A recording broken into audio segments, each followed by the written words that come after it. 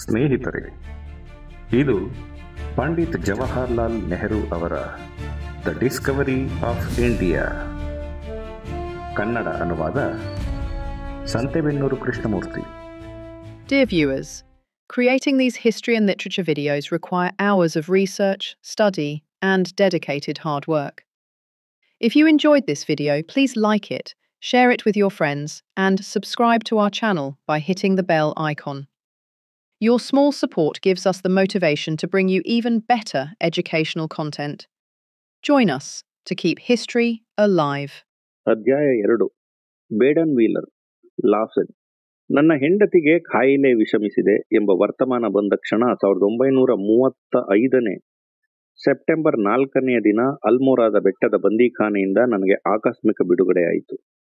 ಆಕೆ ಜರ್ಮನಿಯ black ಫಾರೆಸ್ಟಿನ Baden ವೀಲರ್ನಲ್ಲಿ ಒಂದು ವಿಶ್ರಾಂತಿ ಗೃಹದಲ್ಲಿ ಚಿಕಿತ್ಸೆ ಪಡೆಯುತ್ತಿದ್ದಳು. ಮೋಟಾರ್ನಲ್ಲಿ ಹೊರಟು ರೈಲಿನಲ್ಲಿ ಪ್ರಯಾಣ ಮಾಡಿ ಮಾರನೇ ದಿನವೇ ಅಲಹಾಬಾದ್ ಸೇರಿ ಅದೇ ಮಧ್ಯಾಹ್ನವೇ ವಿಮಾನದಲ್ಲಿ ಯುರೋಪ್ಗೆ ಹೊರಟೆ. ಕರಾಚಿ, ಬಾಗ್ದಾದ್ ಮೂಲಕ ಕೈರೋ ಪಟ್ಟಣವನ್ನು ಸೇರಿ ಸಮುದ್ರ ವಿಮಾನದಲ್ಲಿ ಅಲೆಕ್ಸಾಂಡ್ರಿಯಾ ಬ್ರಿನ್ಸಿಗೆ ತಲುಪಿದೆ. ಬ್ರಿನ್ಸಿಯಿಂದ ರೈಲಿನಲ್ಲಿ ಸ್ವಿಟ್ಜರ್ಲ್ಯಾಂಡಿನ ಬಾಸ್ಲೆ ಪಟ್ಟಣಕ್ಕೆ ಹೋದೆ. ಅಲ್ಮೋರಾ ಜೈಲಿನಿಂದ ಹೊರಟ 5 ದಿನಗಳ ನಂತರ, ಅಲಹಾಬಾದ್ನಿಂದ 4 ದಿನಗಳ ನಂತರ ಸೆಪ್ಟೆಂಬರ್ 9ನೇ ಸಂಜೆ ಬೇಡನ್ ವೀಲರ್ಗೆ ಮುಟ್ಟಿದ್ದೆ. ಕಮಲಾಳನ್ನು ಕಂಡಾಗ ಆಕೆಯ ಮುಖದಲ್ಲಿ ಅದೇ ಹಳೆಯ ಧೈರ್ಯದ ಮುಗುಳ್ನಗೆ. ಆದರೆ ಬಹಳ ನಿಶಕ್ತಳಾಗಿದ್ದಳು. ಹೆಚ್ಚು ಮಾತನಾಡಲು ಬಹಳ ಸಂಕಟ ಪಡುತ್ತಿದ್ದಳು. ಪ್ರಾಯಶಃ ನಾನು ಬಂದಿದ್ದರಿಂದ ಸ್ವಲ್ಪ ಉತ್ತಮ ಪರಿಣಾಮವಾಯಿತು. ಏನೋ ಮಾರನೇ ದಿನ ಮತ್ತು ಆನಂತರವೂ ಆಕೆಯ ಸ್ಥಿತಿ ಸ್ವಲ್ಪ ಉತ್ತಮಗೊಂಡಿತು. ಆದರೆ ವಿಷಮತೆ ಇನ್ನೂ ಇದ್ದು ನಿಧಾನವಾಗಿ ಆಕೆಯ ಜೀವವನ್ನು ಹೀರಿತು. ಅವಳ ಸಾವು ಸಮೀಪಿಸಿದೆ ಎಂದು ಯೋಚಿಸದೆ ಗುಣ ಹೊಂದುತ್ತಿದ್ದಾಳೆ. ಈ ವಿಷಗಳಿಗೆಯನ್ನು ಕಳೆದರೆ ಸರಿ ಹೋಗುತ್ತಾಳೆ ಎಂದು ಭಾವಿಸಿದೆ.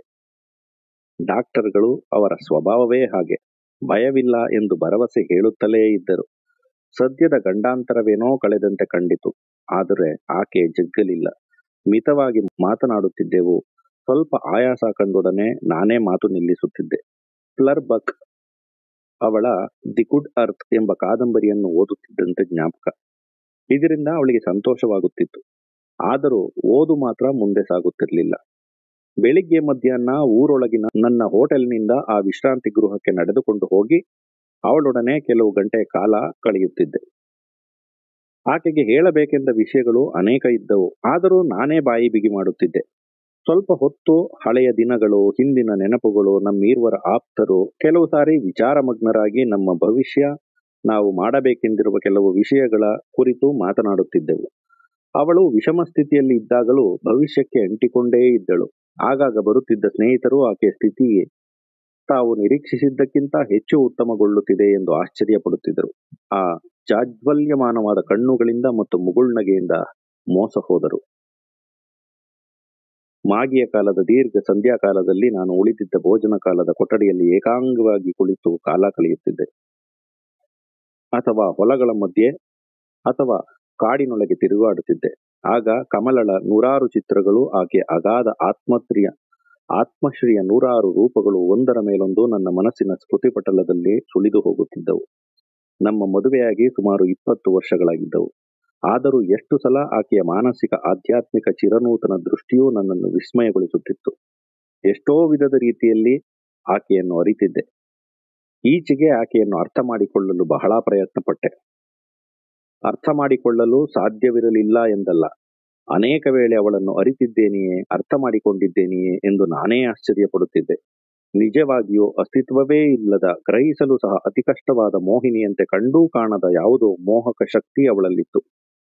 ಒಂದೊಂದು ವೇಳೆ ನೆಟ್ಟ ನೋಟದಿಂದ ಆಕೆಯ ಕಣ್ಣುಗಳನ್ನು ದೃಷ್ಟಿಸಿದರೆ ಯಾವುದೋ ಹೊಸ ವ್ಯಕ್ತಿ ನನ್ನನ್ನು ನೋಡುತ್ತಿದ್ದಂತೆ ಭಾಸವಾಗುತ್ತಿತ್ತು.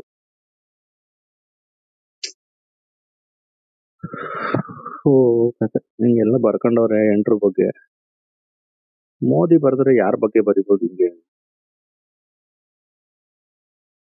ಇವೆಲ್ಲ ನೋಡಬೇಕೆಂದು ಅವಳನ್ನು ಬಿಟ್ಟಿದ್ದೆ ಅಂತ ಬರೀಬಹುದು ಅಷ್ಟೇ. ಒಂದು ಲೈನ್ ಭಾರಿ ಕಾಂಪ್ಲಿಕೇಟೆಡ್ ಆಗುತ್ತೆ. ಹೌದು. ಎಲ್ಲೋ ಸ್ವಲ್ಪ ದಿನ ಶಾಲೆಗೆ ಹೋಗಿದ್ದಳೆ ಹೊರತು ಸರಿಯಾದ ವಿದ್ಯಾಭ್ಯಾಸ ಯಾವುದೂ ಅವಳಿಗಿರಲಿಲ್ಲ. ಆಕೆಯ ಮನಸ್ಸು ಶಿಕ್ಷಣ ವಿಧಾನದ ಪಡಿಯಚ್ಚಿನ ಎರಕವಾಗಿರಲಿಲ್ಲ. ಈಗ ಸರ್ವಸಾಮಾನ್ಯವಾಗಿರುವ ಭಾವನೆಗಳ ಅವುವೂ ಇಲ್ಲದ ಸರಳ ಸ್ವಭಾವದ ಹುಡುಗಿಯಾಗಿ ನಮ್ಮ ಮನೆಗೆ ಬಂದಿದ್ದಳು. ಆ ಹುಡುಗ ದೃಷ್ಟಿ ಕೊನೆಯವರೆಗೂ ಇತ್ತು. ಆದರೆ ಹೆಂಗಸಾಗುತ್ತಾ ಬಂದಂತೆ ಪ್ರಚಂಡ ಬಿರುಗಾಳಿಗೆ ಮುಂಚೆ ಕಾಣುವ ನಿರ್ಮಲ ಗಂಭೀರ ಜಲದಂತೆ ಆಕೆಯ ಕಣ್ಣುಗಳ ಆಳವು ಮತ್ತು ಪ್ರಕಾಶವೂ ಹೆಚ್ಚಿದವು. ಸಮತೂಕವಿಲ್ಲದ ಈಗಿನ ಕಾಲದ ಹುಡುಗಿಯರ ಅಭ್ಯಾಸಗಳ ಅವುವೂ ಇರಲಿಲ್ಲ. ಆಧುನಿಕ ಪದ್ಧತಿಗಳಿಗೇನೋ ಸುಲಭವಾಗಿ ಹೊಂದಿಕೊಂಡಳು. ಆದರೂ ಆಕೆ ಭಾರತದ ಮಹಿಳೆಯೇ, ಮುಖ್ಯವಾಗಿ ಕಾಶ್ಮೀರದ ಹೆಣ್ಣು ಮಗಳೇ. ಸೂಕ್ಷ್ಮಳಾದರೂ ಬಹುಗಂಭೀರ, ವಯಸ್ಸಾಗಿದ್ದರೂ ಎಳೆಯ ಮಗುವಿನಂತೆ ಕೋಮಲ, ಹುಚ್ಚು ಹುಚ್ಚಾಗಿ ನಡೆದರೂ ಬುದ್ಧಿವಂತೆ. ಗೊತ್ತಿಲ್ಲದವರೊಂದಿಗೆ ಅಥವಾ ಬೇಡದವರೊಂದಿಗೆ ಮಾತೇ ಇಲ್ಲ. ಆದರೆ ತನ್ನ ಪರಿಚಯಸ್ಥರು ಮತ್ತು ಆಪ್ತೇಷ್ಟರ ಮಧ್ಯೆ ತುಳುಕುವನಗೆ ಸರಿಯೋ ತಪ್ಪೋ ಬಹುಬೇಗ ಒಂದು ಅಭಿಪ್ರಾಯಕ್ಕೆ ಬಂದು ಬರುವ ಸ್ವಭಾವ. ಆದರೆ ಒಪ್ಪೋ ನೆಪ್ಪೋ ಮನಸ್ಸು ಮಾಡಿದ ಮೇಲೆ ಕಗ್ಗಲ್ಲು. ಆಕೆಯಲ್ಲಿ ಕಪಟವೇ ಇರಲಿಲ್ಲ. ಯಾರನ್ನಾದರೂ ಕಂಡರಾಗದಿದ್ದರೆ ಮುಚ್ಚುಮರೆ ಇಲ್ಲವೇ ಇಲ್ಲ. ಮರೆಮಾಚಲು ಯತ್ನಪಟ್ಟರೂ ಆಕೆಗೆ ಸಾಧ್ಯವಾಗುತ್ತಿರಲಿಲ್ಲ. ತನ್ನ ಪ್ರಾಮಾಣಿಕತೆಯಿಂದ ಆಕೆಯಂತೆ ನನ್ನ ಮೇಲೆ ಪರಿಣಾಮ ಮಾಡಿದವರು ಬಹಳ ಇಲ್ಲ. ನಮ್ಮ ಮದುವೆ ಮತ್ತು ಆನಂತರ ನಮ್ಮ ಮದುವೆಯಾದ ಮೊದಲ ದಿನಗಳನ್ನು ಜ್ಞಾಪಿಸಿಕೊಂಡೆ. ಅನೇಕ ವಿಧದಲ್ಲಿ ಆಕೆಯ ಸಹಧರ್ಮಿಯಾಗಿರಬೇಕಾದ್ದು ನನ್ನ ಕರ್ತವ್ಯವಾಗಿದ್ದರೂ ಆ ಸಹವಾಸವನ್ನು ಆಕೆಗೆ ನಾನು ಕೊಡಲಿಲ್ಲ. ಆಕೆಯನ್ನು ಕಂಡರೆ ನನಗೆ ಅಪಾರವಾದ ಪ್ರೀತಿ ಇದ್ದರೂ ಅವಳನ್ನು ಮರೆತು ಸಹ ಬಿಟ್ಟಿದ್ದೆ. ಏಕೆಂದರೆ ನಾನು ಒಬ್ಬ ಮಂತ್ರಮುಗ್ಧನಂತೆ ಹಿಡಿದ ಕಾರ್ಯದಲ್ಲಿ ಸದಾ ಮಗ್ನನಾಗಿರುತ್ತಿದ್ದೆ. ನನ್ನ ಸುತ್ತಮುತ್ತಲಿನ ಜನರೆಲ್ಲ ನಿಸ್ಸತ್ವ ಪ್ರೇತಗಳು ಎಂದು ನನ್ನದೇ ಒಂದು ಕನಸಿನ ಲೋಕದಲ್ಲಿದ್ದೆ. ನನ್ನ ಶಕ್ತಿ ಮೀರಿ ಕೆಲಸ ಮಾಡುತ್ತಿದ್ದೆ. ಕೈಗೊಂಡ ಕೆಲಸ ವಿಷಯವೊಂದೇ ಮನಸ್ಸಿನಲ್ಲಿ ತುಂಬಿ ತುಳುಕುತ್ತಿತ್ತು. ನನ್ನ ಸಮಯವೆಲ್ಲ ಒಂದು ಕೆಲಸಕ್ಕೆ, ಬೇರೆ ಯಾವುದಕ್ಕೂ ಎಡೆಯಿಲ್ಲ. ಆದರೂ ಆಕೆಯನ್ನು ಮರೆಯಲು ಸಾಧ್ಯವೇ ಇರಲಿಲ್ಲ. ಲಂಗರಿಗೆ ಬರುವ ನಾವೆಯಂತೆ ಪದೇ ಪದೇ ಆಕೆಯ ಬಳಿ ಬರುತ್ತಿದ್ದೆ. ಮನೆ ಬಿಟ್ಟು ಬಹಳ ದಿನವಾದರೆ ಆಕೆಯ ಯೋಚನೆಯಿಂದ ತಲೆ ಸ್ವಲ್ಪ ತಂಪಾಗುತ್ತಿತ್ತು. ಬೇಗ ಮನೆಗೆ ಹಿಂದಿರುಗುವ ಕುತೂಹಲ ಹೆಚ್ಚುತ್ತಿತ್ತು. ನನ್ನ ಮನಸ್ಸಿಗೆ ಸಮಾಧಾನ ಕೊಟ್ಟು ನನ್ನ ಶಕ್ತಿದಾಯಕಳಾಗಿ ನನ್ನ ಮನಸ್ಸು ಮತ್ತು ದೇಹಕ್ಕೆ ಹೊಸ ಜೀವಕಳೆಯನ್ನು ಕೊಡಲು ಆಕೆ ಇಲ್ಲದಿದ್ದರೆ ನಾನು ಏನ್ ತಾನೇ ಮಾಡಲು ಸಾಧ್ಯವಿತ್ತು? ಆಕೆ ಕೊಟ್ಟದ್ದನ್ನೆಲ್ಲ ನಾನು ಸ್ವೀಕರಿಸಿದ್ದೇನೆ. ಅದಕ್ಕೆ ಪ್ರತಿಯಾಗಿ ಆ ಆರಂಭದ ದಿನಗಳಲ್ಲಿ ನಾನು ಕೊಟ್ಟದ್ದೇನು? ಕರ್ತವ್ಯ ಭ್ರಷ್ಟನಾದನೆಂದು ಎದ್ದು ತೋರುತ್ತದೆ. ಪ್ರಾಯಶಃ ಆ ದಿನಗಳ ಸ್ಮರಣೆ ಆಕೆಯ ಮನಸ್ಸಿನಲ್ಲಿ ಬೇರೂರಿತು. ನನ್ನ ಸ್ವಭಾವ ಸಹಜ ಆತ್ಮಗೌರವ ಮತ್ತು ತೀಕ್ಷ್ಣ ಬುದ್ಧಿಯಿಂದ ನನ್ನ ಸಹಾಯವನ್ನು ಆಕೆ ಬಯಸಲೇ ಇಲ್ಲ. ಆ ಸಹಾಯ ಕೊಡಲು ಉಳಿದವರಿಗಿಂತ ನಾನೇ ಶಕ್ತನಾಗಿದ್ದರೂ ಆಕೆ ಮಾತ್ರ ಕೇಳಲಿಲ್ಲ. ರಾಷ್ಟ್ರೀಯ ಹೋರಾಟದಲ್ಲಿ ತನ್ನದೇ ಒಂದು ವಿಶಿಷ್ಟ ಪಾತ್ರ ವಹಿಸಬೇಕೆಂದು ಆಕೆಯ ಇಚ್ಛೆಯೂ ಇತ್ತು. ಆದರೆ ತನ್ನ ಗಂಡನ ಛಾಯೆಯಾಗಿ ಹಿಂಬಾಲಕಳಾಗಿ ಅಲ್ಲ, ತನ್ನ ಆತ್ಮಕ್ಕೆ ಮತ್ತು ಪ್ರಪಂಚಕ್ಕೆ ತನ್ನ ಸಾರ್ಥಕತೆ ತೋರಲೆಂದು. ಪ್ರಪಂಚದಲ್ಲಿ ಇದಕ್ಕಿಂತ ಹೆಚ್ಚು ಇಷ್ಟವಾದದ್ದು ನನಗೆ ಬೇರೆ ಯಾವುದೂ ಇರಲಿಲ್ಲ. ಆದರೆ ಆಕೆಯ ಅಂತರಂಗವನ್ನು ಅರಿತುಕೊಳ್ಳಲು ನನಗೆ ಬಿಡುವೂ ಇರಲಿಲ್ಲ. ಆಕೆಯ ಉತ್ಕಟ ಇಚ್ಛೆಗೆ, ಅನ್ವೇಷಣೆಗೆ ನಾನು ಪೂರ್ಣನಾದೆ. ಸೆರೆಮನೆಯಲ್ಲಿ ಕಳೆದ ದಿನಗಳೇ ಹೆಚ್ಚು. ನಾನು ಆಕೆಯಿಂದ ದೂರನಾಗುತ್ತಿದ್ದೆ. ಇಲ್ಲವಾದರೆ ಆಕೆ ಕಾಯಿಲೆ ಬೀಳುತ್ತಿದ್ದಳು. ರವೀಂದ್ರರ ನಾಟಕದಲ್ಲಿನ ಚಿತ್ತಾಳಂತೆ ನಾನು ಚಿತ್ರ, ಪೂಜಿಸಲು ದೇವತೆಯಲ್ಲ, ಅಸಡ್ಡೆಯಿಂದ ಉಳುವಿನಂತೆ ತಳ್ಳಿ ಹಾಕಲು ದಯಾಭಿಕ್ಷೆ ಬೇಡುವ ವ್ಯಕ್ತಿಯೂ ಅಲ್ಲ. ನಿಮ್ಮ ಸಾಹಸದ ಅಪಾರ ಕಾರ್ಯಗಳ ಜೊತೆಯಲ್ಲಿರಲು ನನಗೂ ಅವಕಾಶ ಮಾಡಿಕೊಟ್ಟರೆ, ನಿಮ್ಮ ಜೀವನದ ಮಹತ್ ಕಾರ್ಯಗಳಲ್ಲಿ ಸಹಭಾಗಿಯಾಗಲು ಅವಕಾಶ ಮಾಡಿಕೊಟ್ಟರೆ, ಆಗ ನೀನು ನನ್ನನ್ನು ಅರ್ಥ ಮಾಡಿಕೊಳ್ಳುತ್ತಿ ಎಂದು ಹೇಳುವಂತೆ ಇತ್ತು ಆಕೆಯ ಅಂತರಂಗ. ಬಾಯಿಂದ ಹೇಳಿಕೊಳ್ಳಲಿಲ್ಲ. ಆದರೆ ಕ್ರಮೇಣ ಈ ಸಂದೇಶವನ್ನು ಅವಳ ಕಣ್ಣುಗಳಲ್ಲಿ ಕಂಡೆ.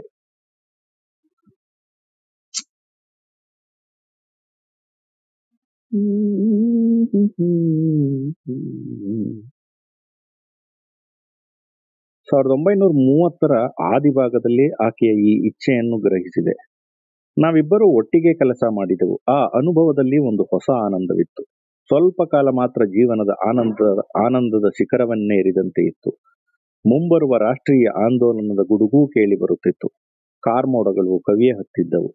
ಆ ಸುಖದ ದಿನಗಳು ಬೇಗನೆ ಕೊನೆಗೊಂಡವು. ಏಪ್ರಿಲ್ ಆರಂಭದಲ್ಲೇ ಶಾಸನಭಂಗ ಚಳುವಳಿಯು ಆರಂಭವಾಗಿ ಸರ್ಕಾರದ ದಬ್ಬಾಳಿಕೆಯು ಉಗ್ರರೂಪ ತಾಳಿತ್ತು. ನಾನು ಸೆರೆಮನೆಯನ್ನು ಸೇರಿದೆ. ಗಂಡಸರೆಲ್ಲರೂ ಸೆರೆಮನೆ ಸೇರಿದ್ದೆವು. ಆಗ ಒಂದು ವಿಚಿತ್ರ ಸಂಗತಿ ನಡೆಯಿತು. ನಮ್ಮ ಮಹಿಳೆಯರು ಮುನ್ನುಗ್ಗಿ ಹೋರಾಟ ನಡೆಸಲು ನಿಂತರು. ಮಹಿಳೆಯರೇನೋ ಹೋರಾಟದಲ್ಲಿ ಹಿಂದೆ ಭಾಗವಹಿಸಿದ್ದರು. ಆದರೆ ಈಗ ತಂಡೋಪತಂಡವಾಗಿ ಕಾರ್ಯರಂಗಕ್ಕಿಳಿದುದನ್ನು ನೋಡಿ ಬ್ರಿಟಿಷ್ ಸರ್ಕಾರಕ್ಕೆ ಹಾಗಿರಲಿ, ಅವರ ಗಂಡಂದರಿಗೆ ಆಶ್ಚರ್ಯವಾಯಿತು. ಶ್ರೀಮಂತ ಮತ್ತು ಮಧ್ಯಮ ವರ್ಗದ ಸುಖಜೀವನದಲ್ಲಿ ತಂಪಿನಲ್ಲಿ ಕೋಮಲವಾಗಿ ಬೆಳೆದ ಕುಲೀನ ಮಹಿಳೆಯರು, ರೈತ ಮಹಿಳೆಯರು, ಕೂಲಿಗರ ಸ್ತ್ರೀಯರು, ಬಡವರು ಬಲ್ಲಿದರು ದಶಸಹಸ್ರಗಟ್ಟಲೆ ಸರ್ಕಾರದ ಆಜ್ಞೆಯನ್ನು ಭಂಗ ಮಾಡುತ್ತಾ ಲಾಠಿ ಏಟಿಗೆ ತಲೆ ಒಡ್ಡಿದರು. ಈ ಧೈರ್ಯ ಮತ್ತು ಸಾಹಸದ ದೃಶ್ಯ ಹಾಗಿರಲಿ, ಅವರು ತೋರಿದ ಸಂಘಟನಾ ಶಕ್ತಿ ಸಹ ವಿಸ್ಮಯಕರವಾಗಿತ್ತು. ಏನ್ ಚೆನ್ನಾಗಿ ಹೇಳೋರು ನೋಡಿ. ಏನ್ ಹಿಂಗ್ ಬಂದ್ಬಿಟ್ರಲ್ಲ ನಮ್ ಜೊತೆ ಜಗಳಾಡ್ತಿದ್ದವ್ರು ಬ್ರಿಟಿಷರ ಮೇಲೆ ಅಂತ. ನಮ್ಮ ಯಜಮಾನ್ರನ್ನ ಕರ್ಕೋದಿರ ಜೈಲ್ಗೆ ಅನ್ಕೊಂಡ್ ಬಂದ್ಬಿಟ್ಟವ್ರೆ. ಪಾಪ ಗಂಡಸ್ರಿಗೆ ಯೋಚನೆ ಆಗೋಗಿತ್ತು, ನಾವು ಇಲ್ಲಿಗೂ ಬಂದ್ಬಿಟ್ರ ಅವರು ಬಂದ್ಬಿಟ್ರು.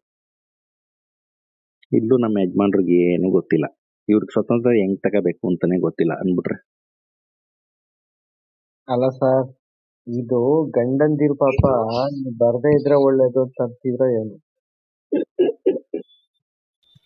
ಇವಾಗ ಫಾರ್ಮರ್ಸ್ ಪ್ರೊಟೆಸ್ಟ್ ಅಲ್ಲೂ ತಂಡೋಪತಂಡವಾಗಿ ಹೆಂಗಸರು ಬಂದು ಸಾಥ್ ಕೊಡೋದ್ರ ಜೊತೆಗೆ ದೇ ಇವನ್ ಬಿಕೇಮ್ ಇಂಡೈರೆಕ್ಟ್ ಲೀಡರ್ಸೇ ಆದರು. ಒಂಥರ ಸಂದಿಗ್ಧ ಅಂತ ಬಂದಾಗ ಒಂಥರ ಡೂ ಆರ್ ಡೈ ಸಿಚುವೇಶನ್ ಬಂದಾಗ ಫಾರ್ಮರ್ಸ್ ಪ್ರೊಟೆಸ್ಟ್ ಡೆಲ್ಲಿನಲ್ಲಿ ಅದೇ ಚಿತ್ರಣ ಬಂತು ನನಗೆ ಕಣ್ಮುಂದೆ. ಆಕ್ಚುಲಿ ನಾನು ಅಲ್ಲಿ ಫಾರ್ಮರ್ ಪ್ರೊಟೆಸ್ಟ್ ಹೋದಾಗ ಫಸ್ಟ್ ಇಂಟರ್ವ್ಯೂ ಮಾಡಿದ್ದೆ ಮಹಿಳೆಯನ್ನ. ಅದರಲ್ಲಿ ಒಂದು ಇಂಟ್ರೆಸ್ಟಿಂಗ್ ಇನ್ಸಿಡೆಂಟ್ ಏನ್ ನಡೀತು ಅಂದ್ರೆ, ಆಕೆ ಎಕ್ಸೈಟ್ಮೆಂಟ್ ಅಲ್ಲಿ ಗೊತ್ತಾಗ್ದಂಗೆ ಪಂಜಾಬಿ ಮಾತಾಡ್ಬಿಡ್ತಾ ಇದ್ಲು. ನಾನು ಹಿಂಟ್ ಕೊಡಬೇಕಿತ್ತು, ನೀವು ಪಂಜಾಬಿಲ್ ಮಾತಾಡ್ತಾ ಇದ್ದೀರಿ ಅಂತ ಪದೇ ಪದೇ. ಅಂದ್ರೆ ಅಂದ್ರೆ ಒಂದ್ಸಲ ಈಗ ಅಗ್ರೆಷನ್ಗೆ ಹೋಗ್ಬಿಟ್ರೆ ಮಾತಾಡ್ಬೇಕಾದ್ರೆ ಬೈಟ್ಸ್ ಕೊಡುವಾಗ ಆಗ ನನ್ಗೊಂಚೂರು ಕನ್ಫ್ಯೂಷನ್ ಆಗಿ ಹೋಗುದು. ಈಗ ನಮ್ಗೆ ಅರ್ಥ ಆದ್ರೂ ನಾವ್ ಆ ಪರಿಸರದಲ್ಲಿ ಇರ್ತೀವಿ, ನಮ್ಗೆ ಅರ್ಥ ಆಗ್ಬಿಡುತ್ತೆ ಅವ್ರೇನ್ ಹೇಳ್ತಾವ್ರೆ ಅಂತ. ವ್ಯೂವರ್ಸ್ಗೆ ಅರ್ಥ ಆಗೋದಿಲ್ಲ. ಆದ್ರೂ ಅವ್ರ ದಿಟ್ಟತನ ಅಂತೂ, ಸರ್ ಮೇಡಮ್ ನೀವು ಒಂದು ವಾರ ಕಳೆದು ಬಿಟ್ರೆ ನಿಮ್ ಜೀವನದ ಬಹುದೊಡ್ಡ ಪಾಠಗಳನ್ನ ಕಲ್ತು ಬಿಡ್ಬೋದು. ಸ್ಪೆಷಲಿ ಗೊತ್ತಿಲ್ಲ, ಫಾರ್ಚುನೇಟ್ಲಿ ಅಂಡ್ ಅನ್ಫಾರ್ಚುನೇಟ್ಲಿ ನನ್ಗೆ ಆ ಸಂದರ್ಭದಲ್ಲೇ ಬ್ರೇಕ್ ಸಿಕ್ತು 3 ದಿನ ನಮ್ಗೆ ಆಗ್ರಾದಲ್ಲಿ ಇದ್ದಾಗ. ಹಂಗಾಗಿ ಪಂಜಾಬ್ಗೆ ಒಂದು ಕಾರ್ ಮಾಡ್ಕೊಂಡು ಹೋದೆ, ಒಂದ್ 3-4 ಜನ ಹುಡುಗರು ಕರ್ಕೊಂಡು ಅಲ್ಲಿ ಇದ್ದೆ. ಅಲ್ಲಿನ ಅನುಭವಗಳಿವೆಯಲ್ಲ, ಅವ್ರು ಬದುಕುವ ರೀತಿ, ಅವ್ರಿಗಿರುವ ಆತ್ಮಸ್ಥೈರ್ಯ ಮತ್ತೆ ಡೆಡಿಕೇಶನ್. ಒಬ್ಬ ಮಗಳು ಒಬ್ಳು, ಅವಳ ಹೆಸರೇನು, ಅವಳದು ಇದೆಲ್ಲ ಬಂತಲ್ಲ, ಇಂಟರ್ವ್ಯೂಸ್ ಎಲ್ಲ ಬಂತಲ್ಲ, ತಂದೆನ್ ಕಳ್ಕೊಂಡ್ಲು ಅನ್ಸುತ್ತೆ ಅವಳು. ಅದೇ 2ನೇ ಸಲ ಅಷ್ಟೊಂದು ಜೀವಹಾನಿ ಆಗ್ಲಿಲ್ಲ. ಮೊದಲನೇ ಸಾರಿ ಅಂತೂ 600-700 ಜನ ಸತ್ತೋದ್ರು. ಬಟ್ ಆದ್ರೂ ಎಷ್ಟು ನಗ್ನಗ್ತಾ ಗಂಭೀರವಾಗಿ ಅವರು ಎಕ್ಸ್ಪ್ರೆಸ್ ಮಾಡ್ತಾ ಇರ್ತಾರೆ ಅಂದ್ರೆ ಒಂಥರ. ಗಂಡಸರೆಲ್ಲ ಸೆರೆಮನೆ ಸೇರಿದ್ದೆವು. ಆಗ ಒಂದು ವಿಚಿತ್ರ ಸಂಗತಿ ನಡೆಯಿತು. ನಮ್ಮ ಮಹಿಳೆಯರು ಮುನ್ನುಗ್ಗಿ ಹೋರಾಟ ನಡೆಸಲು ನಿಂತರು. ಮಹಿಳೆಯರೇನೋ ಹೋರಾಟದಲ್ಲಿ ಹಿಂದೆ ಭಾಗವಹಿಸಿದ್ದರು, ಆದರೆ ಈಗ ತಂಡೋಪತಂಡವಾಗಿ ಕಾರ್ಯರಂಗಕ್ಕಿಳಿದದ್ದು ನೋಡಿ ಬ್ರಿಟಿಷ್ ಸರ್ಕಾರಕ್ಕಿರಲಿ, ಅವರ ಗಂಡಂದರಿಗೆ ಆಶ್ಚರ್ಯವಾಗಲು ಶುರುವಾಯಿತು. ಶ್ರೀಮಂತ ಮತ್ತು ಮಧ್ಯಮ ವರ್ಗದ ಸುಖಜೀವನದ ತಂಪಿನಲ್ಲಿ ಕೋಮಲವಾಗಿ ಬೆಳೆದ ಕುಲೀನ ಮಹಿಳೆಯರು, ರೈತ ಮಹಿಳೆಯರು, ಕೂಲಿಕಾರ ಸ್ತ್ರೀಯರು, ಬಡವರು ಬಲ್ಲಿದರು ದಶಸಹಸ್ರಗಟ್ಟಲೆ ಸರ್ಕಾರದ ಆಜ್ಞೆಯನ್ನು ಭಂಗ ಮಾಡುತ್ತಾ ಲಾಠಿ ಏಟಿಗೆ ತಲೆ ಒಡ್ಡಿದರು. ಈ ಧೈರ್ಯ ಮತ್ತು ಸಾಹಸದ ದೃಶ್ಯ ಹಾಗಿರಲಿ, ಅವರು ತೋರಿಸಿದ ಸಂಘಟನಾ ಶಕ್ತಿ ಸಹ ವಿಸ್ಮಯಕಾರಕವಾಗಿತ್ತು. ಈ ವಾರ್ತೆಯು ನೈನಿ ಸೆರೆಮನೆಯಲ್ಲಿ ನಮಗೆ ತಿಳಿದಾಗ ನಮಗಾದ ಆನಂದವನ್ನು, ಭಾರತದ ಮಹಿಳೆಯರ ವಿಷಯದಲ್ಲುಂಟಾದ ಅದ್ಭುತ ಗೌರವವನ್ನು ನಾನೆಂದಿಗೂ ಮರೆಯಲಾರೆ. ನಮ್ಮ ಎದೆಯುಬ್ಬಿ ಕಣ್ಣುಗಳು ಆನಂದ ಬಾಷ್ಪದಲ್ಲಿ ಮುಸುಕುಗೊಂಡಿದ್ದರಿಂದ ಪರಸ್ಪರ ಮಾತನಾಡಲೂ ಸಹ ಶಕ್ತರಾಗಿರಲಿಲ್ಲ. ಎಂತ ಪ್ರೌಡ್ ಫೀಲಿಂಗ್ ಸಂದರ್ಭ. ನಾವೆಲ್ಲ ಜೈಲಿನಲ್ಲಿದ್ದೀವಿ ಎಂದಾಗ ನಮ್ಮ ಮಹಿಳೆಯರು ಈ ಹೋರಾಟವನ್ನು ಮುಂದುವರಿಸಿದ್ದಾರೆ ಅಂದಾಗ ಎಷ್ಟು ಪ್ರೌಡ್ ಆಗ್ಬೋದು ಅವ್ರಿಗೆ ಅಂತ. ಹೀಗಾಗಿದ್ರೆ ನಿಮ್ಗೇನ್ರಿ ಕೆಲ್ಸ, ಯಾಕ್ರಿ ಹೋಗಿದ್ರಿ, ತರಕಾರಿ ತಗೊಂಡು ಈ ಕಡೆ ಬಂದ್ಬಿಡ್ಬೇಕಿತ್ತಾನೆ ಅಂತಿದ್ರೇನೋ ಅಂದ್ರೆ ಬೈಕತ್ತಾರೆ ಈಗಿನ ಕಾಲದವ್ರು. ಹಂಗೇನಿಲ್ಲ ಸರ್ ಅಂತ. ಇಷ್ಟು ಹೊತ್ತಿಗೆ ನನ್ನ ತಂದೆಯವರು ನೇನಿ ಸೆರೆಮನೆಯಲ್ಲಿ ಬಂದು ಸೇರಿದ್ದರು. ನಮಗೆ ಗೊತ್ತಿಲ್ಲದ ಎಷ್ಟೋ ವಿಷಯಗಳನ್ನು ಅವರು ತಿಳಿಸಿದರು. ಹೊರಗಡೆ ಶಾಸನಭಂಗ ಚಳುವಳಿಯ ನಾಯಕರಾಗಿದ್ದರು. ದೇಶದಾದ್ಯಂತ ನಡೆಯುತ್ತಿದ್ದ ಈ ಮಹಿಳಾ ಜಾಗೃತಿಗೆ ಅವರು ಬೆಂಬಲ ಕೊಟ್ಟಿದ್ದಿಲ್ಲ. ಪಿತೃಧರ್ಮದ ಹಳೆಯ ಸಂಪ್ರದಾಯದ ಮನೋಧರ್ಮದಿಂದ ಅವರಿಗೆ ಯುವತಿಯರು ಮತ್ತು ವಯಸ್ಕ ಮಹಿಳೆಯರು ಉರಿಯುವ ಬಿಸಿಲಿನಲ್ಲಿ ಬೀದಿಯಲ್ಲಿ ಅಲೆದಾಡುವುದು, ಪೊಲೀಸಿನವರೊಂದಿಗೆ ವ್ಯಾಜ್ಯ ಮಾಡುವುದು ಸರಿ ಬೀಳಲಿಲ್ಲ. ಆದರೆ ಜನರ ಮನಸ್ಸಿನ ಕಾವನ್ನು ಅವರು ಅರಿತಿದ್ದರು. ಆದ್ದರಿಂದ ತಮ್ಮ ಹೆಂಡತಿ, ಹೆಣ್ಣು ಮಕ್ಕಳು, ಸೊಸೆಯರು ಯಾರಿಗೂ ನಿರಾಶೆಗೊಳಿಸಲಿಲ್ಲ. ದೇಶಾದ್ಯಂತ ಮಹಿಳೆಯರು ತೋರಿದ ಅದ್ಭುತ ಶಕ್ತಿ, ಧೈರ್ಯ, ಕಾರ್ಯದಕ್ಷತೆಯನ್ನು ಕಂಡು ಅವರೇ ಬೆರಗಾಗಿದ್ದರು. ತಮ್ಮ ಮನೆಯ ಹೆಣ್ಣು ಮಕ್ಕಳ ವಿಷಯದಲ್ಲಂತೂ ಪ್ರೇಮಪೂರಿತ ಹೆಮ್ಮೆಯಿಂದ ಮಾತನಾಡುತ್ತಿದ್ದರು. ಭಾರತೀಯ ಸ್ವಾತಂತ್ರ್ಯ ದಿನಾಚರಣೆಯ ಹುಟ್ಟುಹಬ್ಬವಾದ 1931 ಜನವರಿ 26ನೇ ದಿನ ನಮ್ಮ ತಂದೆಯವರ ಸಲಹೆಯಂತೆ ಇಂಡಿಯಾ ದೇಶದ ಸಹಸ್ರಾರು ಬಹಿರಂಗ ಸಭೆಗಳಲ್ಲಿ ಒಂದು ಜ್ಞಾಪಕಾರ್ಥ ನಿರ್ಣಯವು ಅಂಗೀಕರಿಸಲ್ಪಟ್ಟಿತು. ಪೊಲೀಸ್ನವರು ಈ ಸಭೆಗಳನ್ನು ನಿಷೇಧಿಸಿ ಅನೇಕ ಸಭೆಗಳನ್ನು ಬಲಾತ್ಕಾರದಿಂದ ಚದುರಿಸಿದರು. ನಮ್ಮ ತಂದೆಯವರು ಕಾಯಿಲೆಯಲ್ಲಿ ತಮ್ಮ ಹಾಸಿಗೆಯಿಂದಲೇ ಈ ಸಭೆಗಳನ್ನು ಏರ್ಪಡಿಸಿದರು. ಅವರ ಸಂಘಟನಾ ಶಕ್ತಿಗೆ ಅದೊಂದು ಕಿರೀಟಪ್ರಾಯವಾಗಿತ್ತು. ಏಕೆಂದರೆ ಆ ದಿನ ನಮಗೆ ವರ್ತಮಾನ ಪತ್ರಿಕೆ, ಅಂಚೆ, ತಂತಿ, ಟೆಲಿಫೋನ್, ಮುದ್ರಣ ಮಂದಿರ ಯಾವುದೂ ಇರಲಿಲ್ಲ. ಆದರೂ ಹಿಮಾಚಲದಿಂದ ಕನ್ಯಾಕುಮಾರಿಯ ದೂರದ ಮೂಲೆಯ ಹಳ್ಳಿಗಳಲ್ಲಿ ಸಹ ಅದೇ ದಿನ ಅದೇ ಸಮಯಕ್ಕೆ ಅದೇ ನಿರ್ಣಯವನ್ನು ಜನ ತಮ್ಮ ತಮ್ಮ ಪ್ರಾಂತ್ಯ ಭಾಷೆಗಳಲ್ಲಿ ಅಂಗೀಕರಿಸಿದರು. ನಿರ್ಣಯವಾದ 10 ದಿನಗಳಲ್ಲೇ ನಮ್ಮ ತಂದೆ ತೀರಿಕೊಂಡರು. ನಿರ್ಣಯ ದೊಡ್ಡದಿತ್ತು. ಅದರಲ್ಲಿ ಒಂದು ಭಾಗ ಮಹಿಳೆಯರಿಗೆ ಸಂಬಂಧಿಸಿದ್ದು.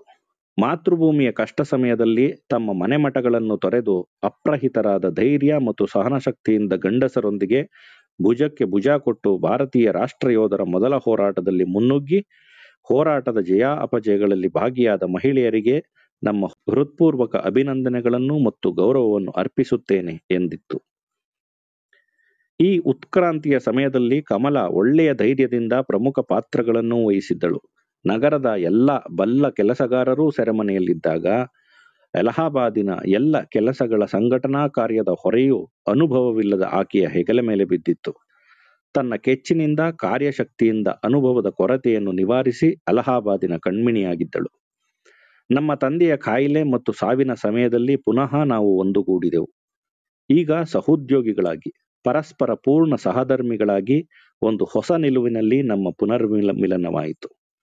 ಕೆಲವು ತಿಂಗಳುಗಳ ನಂತರ ನಮ್ಮ ಮಗಳೊಂದಿಗೆ ಸಿಂಹಳಕ್ಕೆ ಸ್ವಲ್ಪ ವಿಶ್ರಾಂತಿಗಾಗಿ, ಅದೇ ನಮ್ಮ ಕೊನೆಯ ವಿಶ್ರಾಂತಿಯೂ ಆಯಿತು. ಅಲ್ಲಿಗೆ ಹೊರಟಾಗ ನಮಗೆ ಪರಸ್ಪರ ಪುನರ್ದರ್ಶನವಾಗಿ ತೋರಿತು. ಹಿಂದೆ ನಾವು ಒಟ್ಟಿಗೆ ಕಳೆದ ವರ್ಷಗಳೆಲ್ಲ ಈ ಹೊಸ ಆತ್ಮೀಯ ಬಾಂಧವ್ಯಕ್ಕೆ ಸಿದ್ಧತೆಯಂತೆ ಕಂಡಿತು. ನಾವು ಬಹುಬೇಗ ಹಿಂದಿರುಗಿದೆವು. ಕೆಲಸ ಕಾದಿತ್ತು, ಸೆರೆಮನೆ ಕರೆಯುತ್ತಿತ್ತು. ವಿಶ್ರಾಂತಿ ಎಂಬುದು ಇನ್ನಿಲ್ಲ. ಕಲೆತು ಕೆಲಸ ಮಾಡುವ ಅವಕಾಶವೂ ಇಲ್ಲ. 2 ವರ್ಷಗಳ 2 ಸೆರೆಮನೆವಾಸಗಳ ಮಧ್ಯೆ ಕೆಲವು ದಿನಗಳ ಹೊರತು ಒಟ್ಟಿಗೆ ಇರುವ ಸಂಭವವೂ ಇಲ್ಲ. ಈ 2ನೇ ಸೆರೆಮನೆ ವಾಸ ಮುಗಿಯುವ ಮುಂಚೆಯೇ ಕಮಲ ಮರಣೋನ್ಮುಖಳಾದಳು. 1934 ಫೆಬ್ರವರಿ ತಿಂಗಳಲ್ಲಿ ಕಲ್ಕತ್ತಾದಿಂದ ಹೊರಟ ವಾರಂಟಿನಿಂದ ನನ್ನ ಬಂಧನವಾದಾಗ ನನಗೆ ಕೆಲವು ಬಟ್ಟೆಗಳನ್ನು ತರಲು ಕಮಲ ತನ್ನ ಕೊಠಡಿಗೆ ಹೋದಳು. ಆಕೆಯನ್ನು ಬೀಳ್ಗೊಡಲು ಹಿಂದೆಯೇ ಹೋದೆ. ಇದ್ದಕ್ಕಿದ್ದ ಹಾಗೆ ನನ್ನನ್ನು ಬಿಗಿದಪ್ಪಿ ಪ್ರಜ್ಞೆ ತಪ್ಪಿ ಮೂರ್ಛೆ ಹೋದಳು. ಆಕೆ ಈ ರೀತಿ ಎಂದೂ ಮಾಡಿರಲಿಲ್ಲ. ಸೆರೆಮನೆಗೆ ಹೋಗುವುದು ನಮಗೆ ಆಟವಾಗಿ ಹೋಗಿತ್ತು. ಎಲ್ಲರೂ ಯಾವ ಗೊಂದಲವನ್ನೂ ಎಬ್ಬಿಸದೆ ಸಂತೋಷದಿಂದ ಕಳಿಸಿಕೊಡುತ್ತಿದ್ದರು. ಆದರೆ ಅದೇ ನಮ್ಮ ಕೊನೆಯ ಸಂದರ್ಶನ ಎಂದು ಆಕೆಗೇನಾದರೂ ಮೊದಲೇ ತಿಳಿದಿತ್ತೆ? ಪರಸ್ಪರ ಅವಶ್ಯಕತೆ ಅತ್ಯಧಿಕವಿದ್ದಾಗ, ಆಗ ತಾನೇ ಒಬ್ಬರನ್ನೊಬ್ಬರು ಅರ್ಥ ಮಾಡಿಕೊಂಡಿದ್ದಾಗ 2 ವರ್ಷಗಳ 2 ಸೆರೆಮನೆ ವಾಸಗಳು ನಮ್ಮ ನಡುವೆ ಬಂದವು. ದೀರ್ಘ ಸೆರೆಮನೆ ವಾಸದಲ್ಲಿ ಇದೇ ನನ್ನ ಯೋಚನೆಯಾಗಿತ್ತು. ಆದರೂ ನಮ್ಮಿಬ್ಬರ ಪುನರ್ಮಿಲನ ಬಂದೇ ಬರುತ್ತದೆ ಎಂದು ಆಶಿಸಿದ್ದೆ. ಈ ವರ್ಷಗಳನ್ನು ಆಕೆ ಹೇಗೆ ಕಳೆದಳು ಊಹೆ ಮಾಡಬಲ್ಲೆನಾದರೂ ತಿಳಿಯದು. ನಮ್ಮ ಸೆರೆಮನೆಯ ಭೇಟಿಗಳಲ್ಲಿ ಅಥವಾ ಹೊರಗೆ ಬಂದ ಸ್ವಲ್ಪ ಕಾಲದಲ್ಲಿ ಸ್ವಾಭಾವಿಕತೆಯೇ ಇರುತ್ತಿರಲಿಲ್ಲ. ನಮ್ಮ ಸಂಕಟಗಳನ್ನು ಇನ್ನೊಬ್ಬರಿಗೆ ತೋರಿಸಿ ಮನಸ್ಸಿಗೆ ನೋವು ಮಾಡಬಾರದೆಂದು ಯಾವಾಗಲೂ ಹಸನ್ಮುಖಿಗಳಾಗಿಯೇ ಕಾಣಿಸಿಕೊಳ್ಳುತ್ತಿದ್ದವು. ಆದರೂ ಅನೇಕ ವಿಷಯಗಳಲ್ಲಿ ಆಕೆಯ ಮನಸ್ಸಿಗೆ ಶಾಂತಿ ಇಲ್ಲ ಎಂಬುದು ಎದ್ದು ಕಾಣುತ್ತಿತ್ತು. ನಾನು ಹೊರಗಿದ್ದರೆ ಪ್ರಾಯಶಃ ಸ್ವಲ್ಪ ಸಹಾಯವಾಗುತ್ತಿತ್ತೋ ಏನೋ, ಆದರೆ ಸೆರೆಮನೆಯಿಂದ ಅದೂ ಸಾಧ್ಯವಾಗಲಿಲ್ಲ. ಏನ್ ಗಿಲ್ಟ್ ಸರ್ ಪಾಪ. ಅದಕ್ಕೆ ಹೇಳದ್ದು, ಒಬ್ಬ ಸ್ವತಂತ್ರ ಹೋರಾಟಗಾರ ತನ್ನ ಕುಟುಂಬಕ್ಕೆ ಎಷ್ಟು ಸಲ ಸಾರಿ ಕೇಳ್ತಾನೋ. ಅವನು ಭಗತ್ ಸಿಂಗೇ ಆಗ್ಬೋದು, ಚಂದ್ರಶೇಖರ್ ಆಜಾದೇ ಆಗ್ಬೋದು.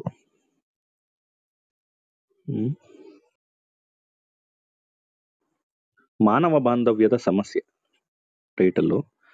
ಬೇಡನ್ ವೀಲರ್ನಲ್ಲಿ ನಾನೊಬ್ಬನೇ ಏಕಾಂಗಿಯಾಗಿ ಕಾಲ ಕಳೆಯುತ್ತಾ ಇದ್ದಾಗ ಈ ಎಲ್ಲ ಮತ್ತು ಇನ್ನೂ ಅನೇಕ ಯೋಚನೆಗಳು ಹೊಡೆಯಲಾರಂಭಿಸಿದವು.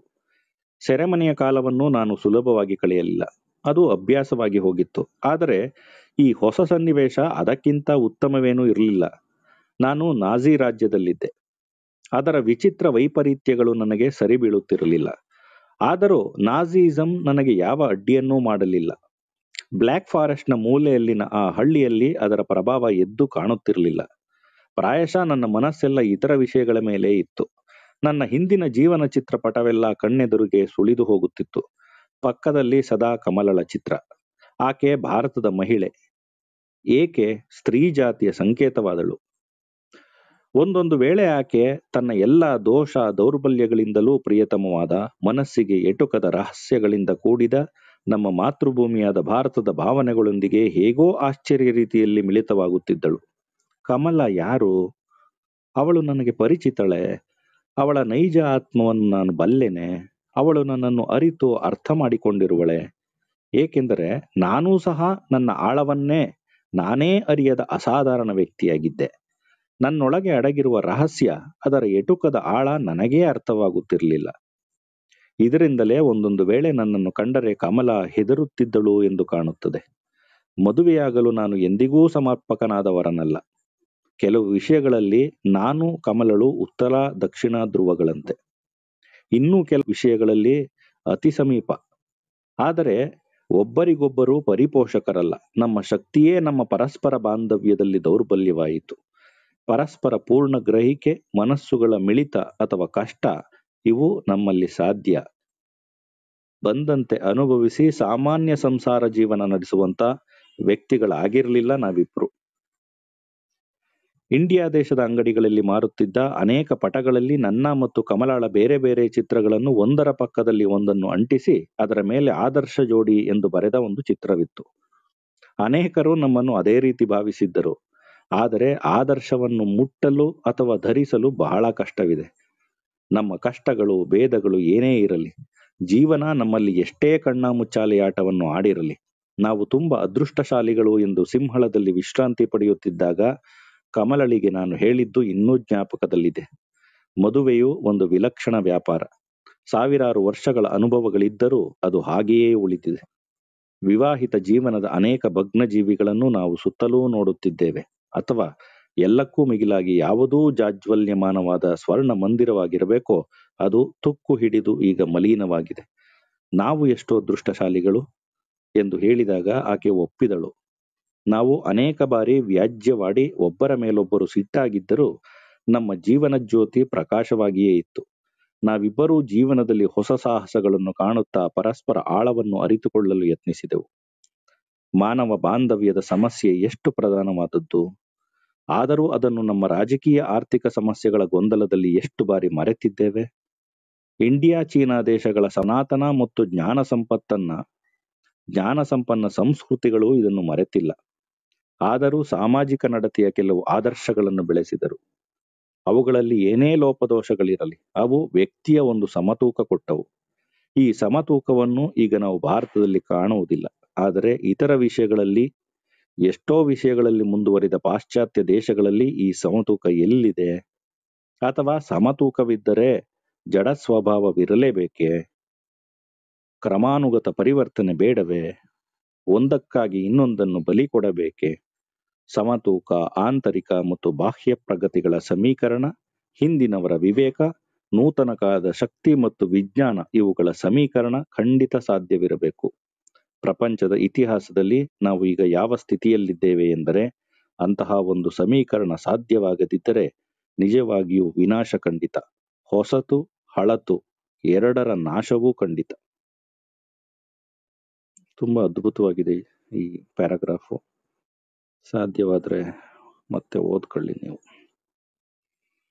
ಹೊಸತು ಹಳತು ಎರಡರ ಸಮೀಕರಣವಾಗದೇ ಇದ್ದರೆ ವಿನಾಶ ಖಂಡಿತ ಅಂತ ಹೇಳ್ತಾವ್ರವ್ರು.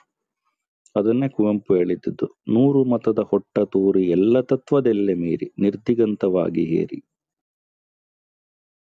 ಓ ಅನಂತವಾಗು ಅಂತ. 1935 ಕ್ರಿಸ್ಮಸ್. ಕಮಲಳ ದೇಹಸ್ಥಿತಿ ಉತ್ತಮವಾಗುವಂತೆ ಕಂಡಿತು. ಅಷ್ಟೇನೂ ಉತ್ತಮ ಕಾಣದಿದ್ದರೂ ಹಿಂದಿನ ಕೆಲವು ವಾರಗಳ ಸ್ಥಿತಿಯನ್ನು ಹೋಲಿಸಿದರೆ ಎಷ್ಟೋ ಹಗುರ ಎನಿಸಿತು. ಗಂಡಾಂತರವನ್ನು ದಾಟಿ ದೇಹಸ್ಥಿತಿ ಸ್ಥಿಮಿತಕ್ಕೆ ಬಂದಿತ್ತು. ಅದೇ ಒಂದು ದೊಡ್ಡ ಲಾಭವಾಗಿತ್ತು. ಈ ರೀತಿ 1 ತಿಂಗಳು ಕಳೆದಳು. ಇದೇ ಸಮಯದಲ್ಲಿ ನನ್ನ ಮಗಳು ಇಂದಿರಾಳೊಂದಿಗೆ ಸ್ವಲ್ಪ ಕಾಲ ಮಾತ್ರ ಇಂಗ್ಲೆಂಡಿಗೆ ಹೋದೆ. ಅಲ್ಲಿಗೆ ಹೋಗಿ 8 ವರ್ಷಗಳಾಗಿದ್ದವು. ಸ್ನೇಹಿತರು ಬರಲೇಬೇಕೆಂದು ಒತ್ತಾಯ ಮಾಡುತ್ತಿದ್ದರು. ಬೇಡನ್ ವೀಲರ್ಗೆ ಹಿಂದಿರುಗಿ ಪುನಃ ನನ್ನ ದಿನಚರಿಯನ್ನು ಆರಂಭಿಸಿದೆ. ಚಳಿಗಾಲ ಆರಂಭವಾಗಿ ಹಿಮಗಡ್ಡೆ ಭೂಮಿಯನ್ನೆಲ್ಲ ಮುಸುಕಿತ್ತು. ಕ್ರಿಸ್ಮಸ್ ಹತ್ತಿರ ಬಂದಂತೆ ಕಮಲಾಳ ದೇಹಸ್ಥಿತಿ ವಿಷಮಿಸುತ್ತಿರುವಂತೆ ಕಂಡಿತು. ಇನ್ನೊಂದು ಗಂಡಾಂತರ ಆರಂಭವಾಗಿತ್ತು. ಅವಳ ಬದುಕು ಸೂಕ್ಷ್ಮವಾಗುತ್ತಾ ಬಂದು 1935ನೇ ಇಸವಿಯ ಕೊನೆಯ ದಿನಗಳಲ್ಲಿ ಅವಳು ಇನ್ನು ಬದುಕಿರುವುದು ಎಷ್ಟು ದಿನಗಳು, ಗಂಟೆಗಳು ಎಂಬುದನ್ನರಿಯದೆ ಕಡು ಕಷ್ಟಗಳಲ್ಲಿ ಹಾದು ಹೋಗುತ್ತಿದ್ದೆ. ಮಂಜು ಮುಚ್ಚಿದ ಆ ಮಾಗಿಯ ಪ್ರಶಾಂತ ದೃಶ್ಯವು ಕೊರೆಯುವ ಮರಣ ಮೌನದಂತೆ ಇತ್ತು. ನನ್ನ ಹಿಂದಿನ ಆಶಾಕರಣಗಳೆಲ್ಲ ನಂದಿ ಹೋದವು. ಆದರೂ ಕಮಲ ಈ ಗಂಡಾಂತರದಲ್ಲೂ ಹೋರಾಡಿ ಅತ್ಯಾಶ್ಚರ್ಯ ಶಕ್ತಿ ತೋರಿ ಅದರಿಂದಲೂ ಪಾರಾದಳು. ಸ್ವಲ್ಪ ಉತ್ತಮಗೊಂಡು ಗೆಲುವಾದಳು. Baden wheeler ಬೇಸರವಾಗಿತ್ತು. ಬೇರೆ ಕಡೆಗೆ ಹೋಗೋಣ ಎಂದಳು. ಅದಕ್ಕೆ ಕಾರಣವೆಂದರೆ ಆ ವಿಶ್ರಾಂತಿ ಗೃಹದಲ್ಲಿ ಆದ ಇನ್ನೊಬ್ಬ ರೋಗಿಯ ಮರಣ. ಆತನು ಆಗಾಗ ಕಮಲಾಳಿಗೆ ಹೂಗಳನ್ನು ಕಳುಹಿಸುತ್ತಿದ್ದ ಮತ್ತು ಅವಳನ್ನು 2-3 ಬಾರಿ ಬಂದು ನೋಡಿಕೊಂಡು ಹೋಗುತ್ತಿದ್ದ. ಆತ ಒಬ್ಬ ಐರಿಷ್ ಹುಡುಗ. ಕಮಲಳಿಗಿಂತ ಆತನ ಆರೋಗ್ಯ ಉತ್ತಮವಾಗೇ ಇತ್ತು. ಆಗಾಗ್ಗೆ ತಿರುಗಾಡಲು ಸಹ ಹೋಗುತ್ತಿದ್ದ. ಅವನ ಸಾವಿನ ಸುದ್ದಿಯನ್ನು ಕಮಲ ತಿಳಿಯದಿರಲೆಂದು ಪ್ರಯತ್ನಪಟ್ಟೆವು. ಆದರೆ ಸಾಧ್ಯವಾಗಲಿಲ್ಲ. ಕಾಯಿಲೆಯಲ್ಲಿರುವವರಿಗೆ, ಅದರಲ್ಲೂ ಆಸ್ಪತ್ರೆಯಲ್ಲಿರುವ ದುರದೃಷ್ಟಶಾಲಿಗಳಿಗೆ ತಿಳಿಯಬಾರದ ವಿಷಯವನ್ನು ಹೇಗೋ ತಿಳಿದುಕೊಳ್ಳುವ 6ನೆಯ ಇಂದ್ರಿಯದ ಶಕ್ತಿಯೊಂದಿರುತ್ತದೆ. ಹೆಂಗೋ ಗೊತ್ತಾಗೋಗುತ್ತೆ.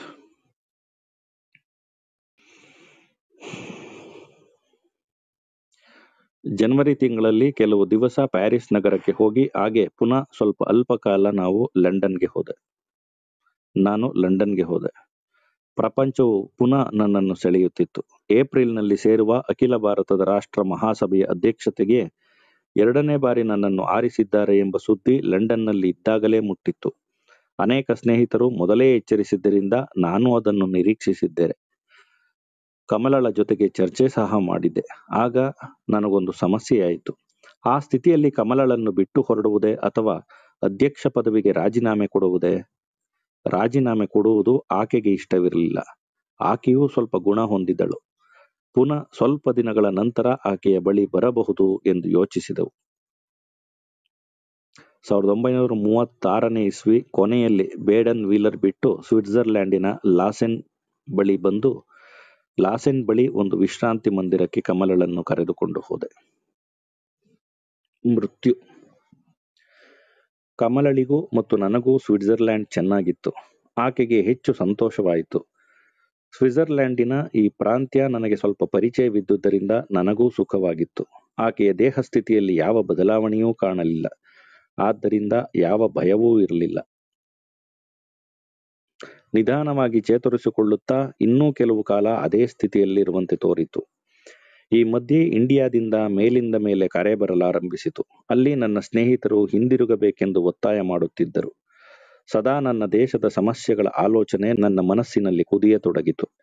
ಸೆರೆಮನೆ ವಾಸದಿಂದಲೋ ಇತರ ಕಾರಣಗಳಿಂದಲೋ ಸಾರ್ವಜನಿಕ ಪ್ರಶ್ನೆಗಳಲ್ಲಿ ಪ್ರತ್ಯಕ್ಷವಾಗಿ ಭಾಗವಹಿಸಲು ನನಗೆ ಸಾಧ್ಯವಾಗಿರಲಿಲ್ಲ. ಮೂಗುದಾರ ಕಿತ್ತು ಹಾಕಿ ಮುನ್ನುಗ್ಗಲು ಹಾತೊರೆಯುತ್ತಿದ್ದೆ. ಪ್ಯಾರಿಸ್ ಮತ್ತು ಲಂಡನ್ ನಗರಗಳ ನನ್ನ ಭೇಟಿಯಿಂದ ಮತ್ತು ಇಂಡಿಯಾದಿಂದ ಬಂದ ವಾರ್ತೆಯಿಂದ ಪೊರೆಬಿಟ್ಟ ಹಾವಿನಂತಾಗಿದ್ದೆ. ಹಿಂದೇಟು ಹಾಕಲು ಸಾಧ್ಯವೇ ಇರಲಿಲ್ಲ. ಕಮಲಳ ಸಂಗಡ ಚರ್ಚೆ ಮಾಡಿ ವೈದ್ಯರ ಸಲಹೆ ಪಡೆದೆ. ಇಂಡಿಯಾಕ್ಕೆ ಹಿಂದಿರುಗಬೇಕು ಎಂದು ಇಬ್ಬರೂ ಒಪ್ಪಿದರು. ಡಚ್ KLM ವಿಮಾನ ವರ್ಗದ ಒಂದು ವಿಮಾನದಲ್ಲಿ ಸ್ಥಳ ಗೊತ್ತು ಮಾಡಿದೆ. ಫೆಬ್ರವರಿ 28ನೇ ದಿನ ನಾನು ಲಾಸೆನ್ನಿಂದ ಹೊರಡಬೇಕಾಗಿತ್ತು. ಇಷ್ಟೆಲ್ಲ ಆದ ಮೇಲೆ ನಾನು ಅವಳಿಂದ ಅಗಲಿ ಹೊರಡಲು ಕಮಲಳಿಗೆ ಮನಸ್ಸಿಲ್ಲವೆಂದು ಭಾಸವಾಯಿತು. ಆದರೂ ನನ್ನ ಕಾರ್ಯಕ್ರಮವನ್ನು ಬದಲಾಯಿಸಬೇಕೆಂದು ಆಕೆ ಹೇಳಲೇ ಇಲ್ಲ. ಇಂಡಿಯಾದಲ್ಲಿ ಬಹಳ ದಿನ ಇರುವುದಿಲ್ಲ, 2 ತಿಂಗಳಲ್ಲಿ ಹಿಂದಿರುಗುತ್ತೇನೆ ಎಂದು ಹೇಳಿದೆ. ಆಕೆ ಬೇಕೆಂದರೆ ಇನ್ನೂ ಮುಂಚೆಯೇ ಬರುತ್ತೇನೆ, ಕೇಬಲ್ ಕೊಟ್ಟರೆ ವಿಮಾನ ಮೂಲಕ 1 ವಾರದಲ್ಲಿ ಬರುತ್ತೇನೆ ಎಂದೆ. ನಾನು ಹೊರಡಲು 4-5 ದಿನಗಳು ಮಾತ್ರ ಇದ್ದವು. ಇಂದಿರಾ ಹತ್ತಿರದಲ್ಲೇ ಬೆಕ್ಸ್ನಲ್ಲಿ ಓದುತ್ತಿದ್ದಳು. ನಮ್ಮೊಟ್ಟಿಗೆ ಆ ದಿನಗಳನ್ನು ಕಳೆಯಲು ಬರುವವಳಿದ್ದಳು. ವೈದ್ಯನು ಬಂದು ನನ್ನ ಪ್ರಯಾಣವನ್ನು 1 ವಾರ ಅಥವಾ 10 ದಿವಸ ಮುಂದುವರಿಸಲು ಹೇಳಿದ. ಇನ್ನೇನೂ ಹೇಳಲಿಲ್ಲ. ಒಡನೆಯೇ ಒಪ್ಪಿ ಆ ಮುಂದಿನ KLM ವಿಮಾನದಲ್ಲಿ ಸ್ಥಳ ಇಡಲು ತಿಳಿಸಿದೆ. ಈ ಕೊನೆಯ ದಿನಗಳು ಕಳೆಯುತ್ತಾ ಬಂದಂತೆ ಕಮಲಳಲ್ಲಿ ಒಂದು ಅತಿಸೂಕ್ಷ್ಮ ಅಸಾಧ್ಯ ವ್ಯತ್ಯಾಸ ಕಂಡಿತು. ನನಗೆ ತೋರುವ ಮಟ್ಟಿಗೆ ದೇಹಸ್ಥಿತಿ ಒಂದೇ ಸಮ ಇತ್ತು, ಆದರೆ ಆಕೆಯ ಮನಸ್ಸು ಬಾಹ್ಯ ಪ್ರಪಂಚದಿಂದ ದೂರವಾಗುವಂತೆ ಕಾಣುತ್ತಿತ್ತು. ಯಾರೋ ತನ್ನನ್ನು ಕರೆಯುತ್ತಿದ್ದಾರೆ. ನಾನು ಯಾರನ್ನು ಕಾಣದಿದ್ದರೂ ಯಾರೋ ಕೊಠಡಿಯೊಳಗೆ ಬಂದರು, ಯಾವುದೋ ಆಕೃತಿ ಕಾಣಿಸುತ್ತಿದೆ ಎಂದು ಹೇಳುತ್ತಿದ್ದಳು. ಫೆಬ್ರವರಿ 28ನೇ ದಿನ ಬೆಳಗಿನ ಜಾವ ಅವಳ ಉಸಿರು ಅಡಗಿತು. ಇಂದಿರಾ ಅಲ್ಲಿಯೇ ಇದ್ದಳು ಮತ್ತು ಈ ಕೊನೆಯ ದಿನಗಳಲ್ಲಿ ಸದಾ ನಮ್ಮ ಆಪ್ತ ಸ್ನೇಹಿತ ಡಾಕ್ಟರ್ ಆತುಲ್ ಸಹ ನಮ್ಮೊಂದಿಗಿದ್ದರು. ಸ್ವಿಟ್ಜರ್ಲೆಂಡಿನ ಹತ್ತಿರದ ಪಟ್ಟಣದ ಸ್ನೇಹಿತರುಗಳೂ ಬಂದರು. ಲಾಸೆನ್ನಿನ ಸ್ಮಶಾನಕ್ಕೆ ಅವಳನ್ನು ಒಯ್ದೆವು. ಅಷ್ಟು ಬಾರಿ ಅಷ್ಟು ಚೆನ್ನಾಗಿ ನಗುತ್ತಿದ್ದ ಆ ಮುದ್ದು ಮುಖ, ಸುಂದರ ದೇಹ 4 ನಿಮಿಷಗಳಲ್ಲಿ ಸುಟ್ಟು ಬೂದಿಯಾಯಿತು. ಆ ಪ್ರತಿಭಾವಂತ, ಉಜ್ವಲ, ಜೀವಂತ ವ್ಯಕ್ತಿಯ ಮೃತ ಉಳಿಕೆ ಒಂದು ಸಣ್ಣ ಮಡಿಕೆಯಲ್ಲಿ.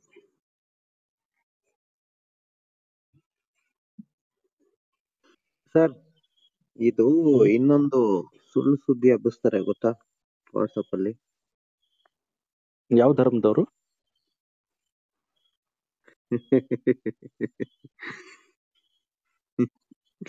ಅಲ್ಲ, ನೆಹರು ಅವರು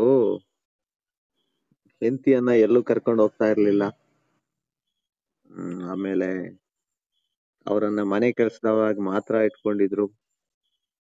ಈ ತರದೊಂದು ಬರಹ ಹರಿದಾಡ್ತಾ ಇತ್ತು. ಅಲ್ಲ, ಇವರು ಒಂದು ಮಾತು ಹೇಳೋರಲ್ಲ, ಇವ್ರಿಬ್ರದ್ದು ಒಂದು ಫೋಟೋ ಹಾಕ್ಬಿಟ್ಟು ಫ್ರೇಮ್ ಹಾಕ್ಸ್ಬಿಟ್ಟು ಆದರ್ಶ ದಂಪತಿ ಅಂತ ಬರ್ದಿದ್ರೆ ಇವ್ರಿಗೆ ಮುಜುಗರ ಆಗ್ತಿತ್ತಂತಲ್ಲ. ನಿಜವಾಗ್ಲೂ ನಾವು ಆದರ್ಶ ದಂಪತಿಗಳ ಅಂತ? ನೆಹರು ಬಗ್ಗೆ ಹಬ್ಬಿಸಿದಷ್ಟು ಸುಳ್ಳು ಸುದ್ದಿ ಬೇರೆ ಯಾರ ಬಗ್ಗೆನೂ ಹಬ್ಬಿಸಿಲ್ಲ ಅನ್ಸುತ್ತಲ್ಲ. ಹೌದು, ಏನ್ ಮಾಡುವ ಈಗ. ಈ ತರದೊಂದು ಅಧ್ಯಾಯವನ್ನ ಓದ್ಬೇಕಾದ್ರೂ ಸಹ ಪಾಪ ನೆಹರು ಎಡ್ವಿನ ಏನ್ ಮಾಡ್ತಿದ್ರು ಅನ್ನುವ ಯೋಚನೆ ಇದೆಯಲ್ಲ. ಧರ್ಮ ಪ್ರೇಮಿಗಳಿಗೆ ಇದು ಯಾವ ತರ ಧರ್ಮ? ಇಷ್ಟೊಂದು ಅಗಾಧ ಜ್ಞಾನವನ್ನ ಯಾವ ಧರ್ಮ ಕಲಿಸುತ್ತೆ? ಭಗವದ್ಗೀತೆಯಲ್ಲಿ ಹೇಳಿದೆಯೇ? ಋಗ್ವೇದದಲ್ಲಿ ಹೇಳಿದೆಯೇ? ಭಗ್ವೇದದಲ್ಲಿ ಹೇಳಿದೆಯೇ? ಜಗ್ವೇದದಲ್ಲಿ ಹೇಳಿದೆಯೋ? ಮಗ್ವೇದದಲ್ಲಿ ಹೇಳಿದೆಯೋ? ಯಾವ ವೇದದಲ್ಲಿ? ಒಬ್ಬ ಸ್ವತಂತ್ರ ಹೋರಾಟಗಾರ ತನ್ನ ಜೀವನದಲ್ಲಿ ಟೋಟಲ್ 9 ವರ್ಷ ಜೈಲಲ್ಲಿ ಕಳೆದಿದ್ದಾರೆ ಸರ್. ಅದು ಬೇಡವಂತೆ, ಎಡ್ವಿನ ಕತೆ ಹೇಳ್ಬೇಕಂತೆ ಮಗಿಗೆ. ಅದನ್ನ ಹೇಳಿದ್ನಂತೆ ಭಗವದ್ಗೀತೆಯಲ್ಲಿ ಕೃಷ್ಣ. ಇದ್ದು ಒಂಚೂರು ಚೂರು ಪಾರು ಹಿಂದೂ ಧರ್ಮದ ಬಗ್ಗೆ ಇದ್ದದ್ ಭಕ್ತಿನೂ ಯಾಕೊಟ್ಟೋಯ್ತು ನಮ್ಗೆ ಕ್ಲಬ್ ಹೌಸ್ಗೆ ಬಂದ್ಮೇಲೆ. ಓಹೋ, ಧರ್ಮ ನಂಬಿದ್ರೆ ಈ ತರ ಕೆಟ್ಟ ನನ್ ಮಕ್ಳಾಗೋಯ್ತೀವ ನಾವು ಅಂತ. ಸುಮ್ನೆ ಗಾಡಿಲಿ ಹೋಗುವಾಗಾರ್ವೆ ಕೈ ಮುಕ್ಕೊಂಡ್ಬಿಡ್ತಿದ್ವು ದೇವಸ್ಥಾನಕ್ಕೆ. ಈಗ ಅದನ್ನೂ ನಿಲ್ಸ್ಬಿಟ್ಟು ಮನಸ್ಸಿನಲ್ಲಿ ಇಷ್ಟೊಂದು ವಿಷವನ್ನು ಹುಟ್ಟು ಹಾಕುವ ಧರ್ಮ ಯಾಕೆ ಬೇಕು ಅನ್ನಿಸ್ತದೆ. ಅವನ್ ಯಾರೋ ಹೇಳ್ತಿದ್ನಲ್ಲ, ಏಕಲವ್ಯ ಏನ್ ಮಾಡ್ದ ಗೊತ್ತವನ್ರೆ, ಕಾಂಪೌಂಡ್ ಹತ್ರ ಕುತ್ಕೊಂಡು ಎಕ್ಸಾಮ್ ಬರೀತಿನಿಂದ ಅದ್ ಹೆಂಗ್ರಿ ಕೊಟ್ಬಿಡಕ್ ಆಯ್ತದ ಅವನ್ಗೆ. ಅದೇ ಮಾಡುದು ತಪ್ಪು, ಅದೇ ತಪ್ಪು ಮಾಡುದು ಅವನು. ಈ ಕಥೆಗಳೆಲ್ಲ ಕೇಳ್ಕೊಂಡಿವು. ಎಲ್ಲ ಕಾರ್ಯಗಳಿಗೂ ಒಂದೇ ಎಫೆಕ್ಟ್ ಇರಲ್ಲ. ಒಂದೇ ಎಫೆಕ್ಟ್ ಇದ್ರೆ 100 ಸೈಡ್ ಎಫೆಕ್ಟ್ ಇರುತ್ತೆ. ಅಲ್ಲ, ನನ್ಗೆ ಒಂದು ಅರ್ಥ ಆಗೋದಿಲ್ಲ ಮೇಡಮ್, ಇಷ್ಟೊಂದು ಕೆಟ್ಟತನವನ್ನ ಕಲಿಸುವುದಾದ್ರೆ ಧರ್ಮ ಏನಕ್ಕೆ ಬೇಕು ಅಂತ? ಧರ್ಮವನ್ನ ಅರ್ಥ ಮಾಡ್ಕೊಂಡವ್ರು ಹಂಗ್ ಮಾಡಿರೋದು. ಏನಾದ್ರೂ ಇರ್ಬೋದು. ಈಗ ತೇಜಸ್ವಿ ಏನ್ ಹೇಳ್ತಾರೆ, ಜಿಹಾದಿ ಅಂದ್ರೆ ಅರ್ಥ ಏನು ಅಂತ ಅವನು ಮುಷರಫ್ ಹೇಳಿದನಂತೆ, ಏನೋ ಒಂದು ಜಿಹಾದಿ ಅಂದ್ರೆ ಅಂತ. ಆದ್ರೆ ನಮ್ಗೆ ಅದೆಲ್ಲ ತಲೆನೋವಾಗಿರೋದು. ಜಿಹಾದಿ ಅಂತ ಹೇಳ್ಕೊಂಡವ್ರು ಏನ್ ಮಾಡ್ತಾವ್ರೆ? ವರ್ಲ್ಡ್ ಟ್ರೇಡ್ ಸೆಂಟರ್ ಗುದ್ದದವರು ಜಿಹಾದಿ ಅಂತ ಹೇಳ್ಕೊಳ್ತಾವ್ರೆ. ಇಲ್ಲಿಗೆ ಹೋದ್ರ ಅದ್ರಲ್ಲಿ ರೇಪ್ ಮಾಡಿರೋರು ನಾವು ಹಿಂದೂ ಧರ್ಮದ ಉದ್ಧಾರಕರು ಅಂತ ಹೇಳ್ಕೊಳ್ತಾವ್ರೆ. ಆಗ ಮುಂದಿನ ಜನಾಂಗಕ್ಕೆ ಸಿಗುವ ಮೆಸೇಜ್ ಏನು? ಓಹೋ, ಆ ದೇವ್ರನ್ನ ನಂಬುದ್ರೆ ಬಾಂಬ್ ಹಾಕು ಅಂತ, ಈ ದೇವ್ರನ್ನ ನಂಬುದ್ರೆ ರೇಪ್ ಮಾಡು ಅಂತ. ನಮ್ಮಪ್ಪ ಇವ್ರಿಬ್ರಿಗಿಂತ ಬೆಟರ್ ಅನ್ಸ್ಬಿಡ್ತದೆ. ಯಾರ್ ಕಟ್ಕೊಂಡ್ ನಿಂಗೇನಿಲ್ಲ, ಏರ್ ಕಟ್ಕೊಂಡೆ ಹೊಲ ಉಳ್ಳ ಅಂತಿದ್ದ. ನೋಡಿ, ಹೇಳಿದ್ರಲ್ಲ ನೆಹರು ಬಗ್ಗೆ ಆದಷ್ಟು ಅಪಪ್ರಚಾರ ಯಾವುದೂ ಆಗಿಲ್ಲ ಅಂತ. ಅದಕ್ಕೆ ಇವತ್ತು ಓದ್ತಾ ಇರೋದು. ಇಲ್ಲಾಂದರೆ ಇದನ್ನು ಓದ್ತಾ ಇದ್ವಾ? ಅಲ್ಲ, ಇಲ್ಲ ಅಂದ್ರೆ ಇನ್ನೊಂದಷ್ಟು ಖುಷಿಯಿಂದ ಓದ್ಬೋದಿತ್ತಲ್ಲ ಅಂತ ಮೇಡಮ್. ಇನ್ನೂ ಆಪ್ತವಾಗಿ ಓದ್ಬೇಕಿತ್ತಲ್ಲ ನಾವ್ ಇದನ್ನ. ಆಗ ನಮ್ಗೆ ಸಾವರ್ಕರ್ ಬಗ್ಗೆನೂ ದ್ವೇಷ ಇರ್ತಿರ್ಲಿಲ್ಲ, ಇನ್ನೊಬ್ರ ಬಗ್ಗೆನೂ ದ್ವೇಷ ಇರ್ತಿರ್ಲಿಲ್ಲ. ಎಲ್ಲರೂ ಸಹ ಸ್ವತಂತ್ರಕ್ಕೋಸ್ಕರ ಅವ್ರವ್ರದೇ ದಾಟಿನಲ್ಲಿ ಹೋರಾಡ್ದವ್ರು ಅನ್ನೋದಿತ್ತು. ಈಗ ನಾವು ಒಬ್ಬನ್ನ ಹೀರೋ ಮಾಡ್ಕೊಂಡು, ಗಾಂಧಿ ನಮ್ಗೆ ಹೀರೋ ಆದ್ರೆ ಬೇರೆಯವ್ರು ಎಲ್ರನ್ನೂ ವಿಲನ್ ಮಾಡ್ಕೊಳ್ತಾ ಇದೀವಿ. ಅಂಬೇಡ್ಕರ್ ನಮ್ಗೆ ಹೀರೋ ಆದ್ರೆ ಅಂಬೇಡ್ಕರ್ ವಿರೋಧ ಇದ್ದ ಎಲ್ರನ್ನೂ ವಿಲನ್ ಮಾಡ್ಕೊಳ್ತಾ ಇದೀವಿ. ಸಾವರ್ಕರ್ ನಮ್ಗೆ ಹೀರೋ ಆದ್ರೆ ಸಾವರ್ಕರ್ ವಿರುದ್ಧ ಇದ್ದ ಎಲ್ರನ್ನೂ ವಿಲನ್ ಮಾಡ್ಕೊಳ್ತಾ ಇದೀವಿ. ಅದೇ ಆದ್ರೆ ಬ್ಲ್ಯಾಕ್ ಆ್ಯಂಡ್ ಎಲ್ಲರೂ ವೈಟ್. ನಮ್ಮವರಾಗಿದ್ದು ಅದೇ ಬ್ಲ್ಯಾಕ್ ಆ್ಯಂಡ್ ವೈಟ್ ವರ್ಸಸ್ ಅಂದ್ರೆ ಪಾಲಿಟಿಕ್ಸ್. ಒಬ್ಬರನ್ನು ಇಷ್ಟಪಡುವುದಕ್ಕೋಸ್ಕರ ಇಡೀ ಭಾರತವನ್ನೇ ದ್ವೇಷಿಸ್ತಾ ಇದೀವಿ. ಎನಿಮಿ ಈಸ್ ಫ್ರೆಂಡ್, ಆ ಫಾರ್ಮುಲಾ ಆಗೋಗುತ್ತೆ. ಈ ಬಡ್ಡಿ ಮಕ್ಕಳು ಹಿಂಗೆ ನಮ್ಮ ಕ್ಲಬ್ ಹೌಸ್ ಅಲ್ಲಿ ನಮ್ಮ ಪ್ರವಚನನಾದ್ರು ಕೇಳಿದಿದ್ರೆ ಕೃಷ್ಣನ್ ಭಗವದ್ಗೀತೆ ಕೇಳೋದ್ಕಿಂತ ಒಂಚೂರು ಉದ್ಧಾರನಾದ್ರು ಆಗಿರೋರು ಹಾಳಾದವು. ಇಲ್ಲ ಕೃಷ್ಣನ್ನೇ ಕೂರ್ಸ್ಕೊಂಬಂದು ಕೂರ್ಸ್ಕೋಬೇಕು, ಬಾಪ ರೂಮಲ್ಲಿ ಒಂದೆರಡು ಫೇಕ್ ಅಕೌಂಟ್ ಮಾಡ್ಕೊಂಡು ನೀನು ಅರ್ಜುನನ್ನು ಕೂರ್ಸ್ಕೊಂಡು ಕೇಳು, ನೀನಂತೂ ಹಾಳು ಮಾಡ್ಬಿಟ್ಟೆ ನಮ್ ಜನರನ್ನ ಅಂತ. ಮೇಡಮ್, ಜವಾಹರ್ ನವೋದಯ ವಿದ್ಯಾಲಯ ಸ್ಕೂಲ್ ಹೆಸರೇ ಅದು. ನಾವು ಓದಿರೋದು ನವೋದಯ ಸ್ಕೂಲ್ಗಳಲ್ಲಿ. ಅಲ್ಲಿಂದ ಬಂದು ಫ್ರೀ ಎಜುಕೇಶನ್ ತಗೊಂಡು ಗ್ರಾಜುಯೇಟ್ ಆಗಿ ತಿರ್ಗ ದೊಡ್ಡ ದೊಡ್ಡ ಅಧಿಕಾರಕ್ಕೆ ಹೋದವರು ನೆಹರು ಏನ್ ಮಾಡ್ದ ಅಂತ ಕೇಳ್ತಾರೆ. ಅವ್ರ ಸ್ಕೂಲ್ ಹೆಸರೇ ನೆಹರು ವಿದ್ಯಾಲಯ ಅಂತ. ಇನ್ ಏನ್ ಪ್ರೂಫ್ ಕೊಡ್ಬೇಕು ಅವ್ರಿಗೆ? ಸರ್, ನಮ್ಮೂರಲ್ಲಿ NMC ಅಂತ ಇದೆ, ನೆಹರು ಮೆಮೋರಿಯಲ್ ಕಾಲೇಜ್ ಅಂತ. ಅದ್ರಲ್ಲಿ ಓದ್ದವ್ರೆ ಹೆಚ್ಚು ಕೋಮುವಾದಿಗಳು. ಅವ್ರ ವಂಶದವ್ರ ಹೆಸರನ್ನೇ ಇಟ್ಕೊಂಡವ್ರೆ ಊರ್ ಬಿಲ್ಡಿಂಗ್ಗಳು, ಅಣೆಕಟ್ಟುಗಳು, ಪಾರ್ಕ್ಗಳು ಎಲ್ಲದಕ್ಕೂ. ಗೊತ್ತಿತ್ತು ಅನ್ಸ್ತದೆ ಹಿಂಗ್ ಕೇಳ್ತಾರೆ ಅಂತ. ಹಂಗ್ ಕೇಳ್ಬಿಟ್ಟು ಪ್ರಶ್ನೆ ಕೇಳ್ಬಿಟ್ಟು ತಿರ್ಕಿದ್ರೆ ಅವನ್ಗೆ ನೆಹರು ಸೆಂಚುನರಿ ಹಾಲ್ ಸಿಗ್ಬೇಕು. ಪ್ರಶ್ನೆ ಕೇಳೋ ಕಾಫಿ ಕುಡಿಯಕ್ ಕೂತ್ಕೊಂಡ್ರೆ ನೆಹರು ನಗರದಲ್ಲಿ ಹೋಗ್ಬೇಕು. ಹೊಟ್ಟೆ ಹಸಿತದೆ ಅನ್ಕ ಕಡಿಮೆ ರೇಟ್ಗೆ ಊಟಕ್ಕೋಮ ಅಂದ್ರೆ ಇಂದಿರಾ ಕ್ಯಾಂಟೀನ್ಗೆ ಹೋಗ್ಬೇಕು. ಹಂಗ್ ಮಾಡ್ಬಿಟ್ಟವ್ರು ಇವ್ರಿಗೆ ಹೊಟ್ಟೆ ಉರ್ಸೋಕೆ ಇಡ್ತಾವ್ರೆ ಅನ್ಸದ ಅವ್ರ ಮೇಲೆ ಪ್ರೀತಿಗಿಂತ. Dear friends, if you found this video helpful and informative, we'd really appreciate your support. Creating these educational videos takes a tremendous amount of time, research, and effort behind the scenes. Here's how you can help us continue bringing you quality content. Please give this video a like if it was useful to you. Share your thoughts or questions in the comments below. We love hearing from you. ಸ್ವಲ್ಪ ಹಿಂದೆಯಿಂದ ಓದ್ತೀನಿ. ಈ ಕೊನೆಯ ದಿನಗಳು ಕಳೆಯುತ್ತಾ ಬಂದಂತೆ ಕಮಲಳಲ್ಲಿ ಒಂದು ಅತಿ ಸೂಕ್ಷ್ಮ ಅಸಾಧ್ಯ ವ್ಯತ್ಯಾಸ ಕಂಡಿತು. ನನಗೆ ತೋರುವ ಮಟ್ಟಿಗೆ ದೇಹಸ್ಥಿತಿ ಒಂದೇ ಸಮವಿತ್ತು, ಆದರೆ ಆಕೆಯ ಮನಸ್ಸು ಬಾಹ್ಯ ಪ್ರಪಂಚದಿಂದ ದೂರವಾಗುವಂತೆ ಕಾಣುತ್ತಲಿತ್ತು. ಯಾರೋ ತನ್ನನ್ನು ಕರೆಯುತ್ತಿದ್ದಾರೆ. ನಾನು ಯಾರನ್ನೂ ಕಾಣದಿದ್ದರೂ ಯಾರೋ ಕೊಠಡಿಯೊಳಗೆ ಬಂದರು, ಯಾವುದೋ ಆಕೃತಿ ಕಾಣಿಸುತ್ತಿದೆ ಎಂದು ಹೇಳುತ್ತಿದ್ದಳು. ಫೆಬ್ರವರಿ 28ನೇ ದಿನ ಬೆಳಗಿನ ಜಾವ ಅವಳ ಉಸಿರು ಅಡಗಿತು. ಇಂದಿರಾ ಅಲ್ಲಿಯೇ ಇದ್ದಳು ಮತ್ತು ಈ ಕೊನೆಯ ದಿನಗಳಲ್ಲಿ ಸದಾ ನಮ್ಮ ಆಪ್ತ ಸ್ನೇಹಿತ ಡಾಕ್ಟರ್ ಅತುಲ್ ಸಹ ನಮ್ಮೊಂದಿಗೆ ಇದ್ದರು. ಸ್ವಿಟ್ಜರ್ಲೆಂಡಿನ ಹತ್ತಿರದ ಪಟ್ಟಣಗಳ ಸ್ನೇಹಿತರೂ ಬಂದರು. ಲಾಸೆಂಡಿನ ಸ್ಮಶಾನಕ್ಕೆ ಅವಳನ್ನು ಒಯ್ದೆವು. ಅಷ್ಟು ಬಾರಿ ಅಷ್ಟು ಚೆನ್ನಾಗಿ ನಗುತ್ತಿದ್ದ ಆ ಮುದ್ದು ಮುಖ, ಸುಂದರ ದೇಹ 4 ನಿಮಿಷಗಳಲ್ಲಿ ಸುಟ್ಟು ಬೂದಿಯಾಯಿತು. ಆ ಪ್ರತಿಭಾವಂತ, ಉಜ್ವಲ, ಜೀವಂತ ವ್ಯಕ್ತಿಯ ಮೃತ ಉಳಿಕೆ ಒಂದು ಸಣ್ಣ ಮಡಿಕೆಯಲ್ಲಿ. ಮುಸೋಲಿನಿ ಪುನರಾಗಮನ. ಲಾಸನ್ ಮತ್ತು ಯುರೋಪ್ನಲ್ಲಿ ನನ್ನನ್ನು ಬಂಧಿಸಿದ್ದ ಕಟ್ಟು ಕಡಿದು ಹೋಯಿತು. ಅಲ್ಲಿ ಇರಬೇಕಾದ ಅಗತ್ಯವೂ ಇರಲಿಲ್ಲ. ನಿಜವಾಗಿ ನೋಡಿದರೆ ನನ್ನ ಜೀವನದ ಇನ್ನೂ ಏನೋ ಒಂದು ಕಟ್ಟು ಕಡಿದು ಹೋಯಿತು. ಅದು ಅರಿವು ನನಗೆ ಈಚೀಚೆಗೆ ಕ್ರಮೇಣ ಆಗಿದೆ. ಆ ದುರ್ದಿನಗಳಲ್ಲಿ ನನ್ನ ಮನಸ್ಸೇ ಸರಿ ಇರಲಿಲ್ಲ. ಇಂದಿರಾ ಮತ್ತು ನಾನು ಕೆಲವು ದಿನಗಳನ್ನು ಶಾಂತಿಯಿಂದ ಕಳೆಯೋಣ ಎಂದು ಮಾಂಟ್ರೆಗೆ ಹೋದೆವು. ಮಾಂಟ್ರೆಯಲ್ಲಿದ್ದಾಗ ಲಾಸೆನ್ನಿನ ಇಟಲಿ ರಾಯಭಾರಿ ನನ್ನನ್ನು ಕಾಣಲು ಬಂದ. ನನ್ನ ನಷ್ಟಕ್ಕಾಗಿ ಮುಸೋಲಿನಿಯ ಅನುತಾಪವನ್ನು ಸೂಚಿಸಲೆಂದೇ ಅಲ್ಲಿಗೆ ಬಂದ. ನನಗೆ ಆಶ್ಚರ್ಯವಾಯಿತು, ಏಕೆಂದರೆ ಮುಸೋಲಿನಿಯನ್ನು ನಾನು ನೋಡಿರಲಿಲ್ಲ ಮತ್ತು ನನಗೂ ಅವನಿಗೂ ಯಾವ ಪರಿಚಯವೂ ಇರಲಿಲ್ಲ. ನನ್ನ ವಂದನೆಗಳನ್ನು ಆತನಿಗೆ ತಿಳಿಸಿ ಎಂದು ಹೇಳಿದೆ.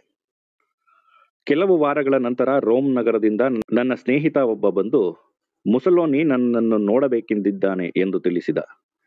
ಈಗ ರೋಮ್ಗೆ ಹೋಗುವ ಯೋಚನೆಯೇ ಇರಲಿಲ್ಲ. ನಾನು ಹಾಗೆ ತಿಳಿಸಿದೆ. ಸ್ವಲ್ಪ ದಿನಗಳಾದ ಮೇಲೆ ವಿಮಾನದಲ್ಲಿ ಇಂಡಿಯಾಕ್ಕೆ ಹೊರಡಬೇಕೆಂದಾಗ ಪುನಃ ಅದೇ ವಿಷಯ ಮತ್ತು ಸ್ವಲ್ಪ ಹೆಚ್ಚು ಆಸಕ್ತಿಯೂ ಮತ್ತು ಒತ್ತಾಯವೂ ಅದರಲ್ಲಿತ್ತು. ಈ ಭೇಟಿಯಿಂದ ತಪ್ಪಿಸಿಕೊಳ್ಳಬೇಕೆಂದಿದ್ದೆ, ಆದರೂ ಅಗೌರವ ಮಾಡಲು ಇಷ್ಟವಿರಲಿಲ್ಲ.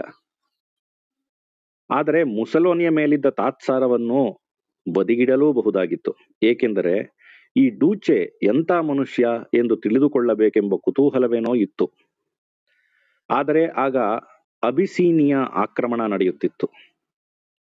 ನಾನು ಆತನನ್ನು ಭೇಟಿ ಮಾಡುವುದೆಂದರೆ ಅನೇಕ ಊಹಾಪೋಹಗಳಿಗೆ ಆಸ್ಪದ ಕೊಟ್ಟಂತೆ. ಫ್ಯಾಸಿಸ್ಟ್ ಪ್ರಚಾರಕ್ಕೆ ಅಷ್ಟೇ ಸಾಕು. ನಾನು ಏನು ನಿರಾಕರಿಸಿದರೋ ಅದಕ್ಕೆ ಬೆಲೆ ಏನು? ಇಟಲಿಗೆ ಹೋದ ಭಾರತೀಯ ವಿದ್ಯಾರ್ಥಿಗಳು ಮತ್ತು ಇತರರನ್ನು ಅವನ ಇಷ್ಟಕ್ಕೆ ವಿರುದ್ಧವಾಗಿ ಕೆಲವು ವೇಳೆ ಅವರಿಗೆ ಏನೂ ತಿಳಿಯದಂತೆ ಈ ರೀತಿ ದುರುಪಯೋಗಪಡಿಸಿಕೊಂಡಿದ್ದು ನನಗೆ ತಿಳಿದಿತ್ತು. 1931ರಲ್ಲಿ ಜಲ್ಮೇರ್ ಡಿ ಇಟಲಿ ಎಂಬ ಪತ್ರಿಕೆ ಪ್ರಕಟಿಸಿದ್ದ ಗಾಂಧಿ ಮುಸಲೋನಿ ಭೇಟಿಯ ಸುಳ್ಳಿನ ಕಂತೆಯೂ ನನ್ನೆದುರು ಇತ್ತು.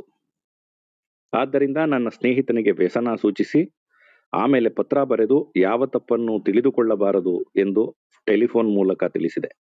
ಇದೆಲ್ಲ ಕಮಲಾ ಸಾಯುವ ಮುಂಚೆ. ಆಕೆ ಸತ್ತ ನಂತರ ಯಾವುದು ಹೇಗೆ ಇದ್ದರೂ ನನ್ನ ಮನಸ್ಸು ಭೇಟಿ ಮಾಡುವ ಸ್ಥಿತಿಯಲ್ಲಂತೂ ಇರಲಿಲ್ಲ. ಅದನ್ನು ಪುನಃ ತಿಳಿಸಿದೆ.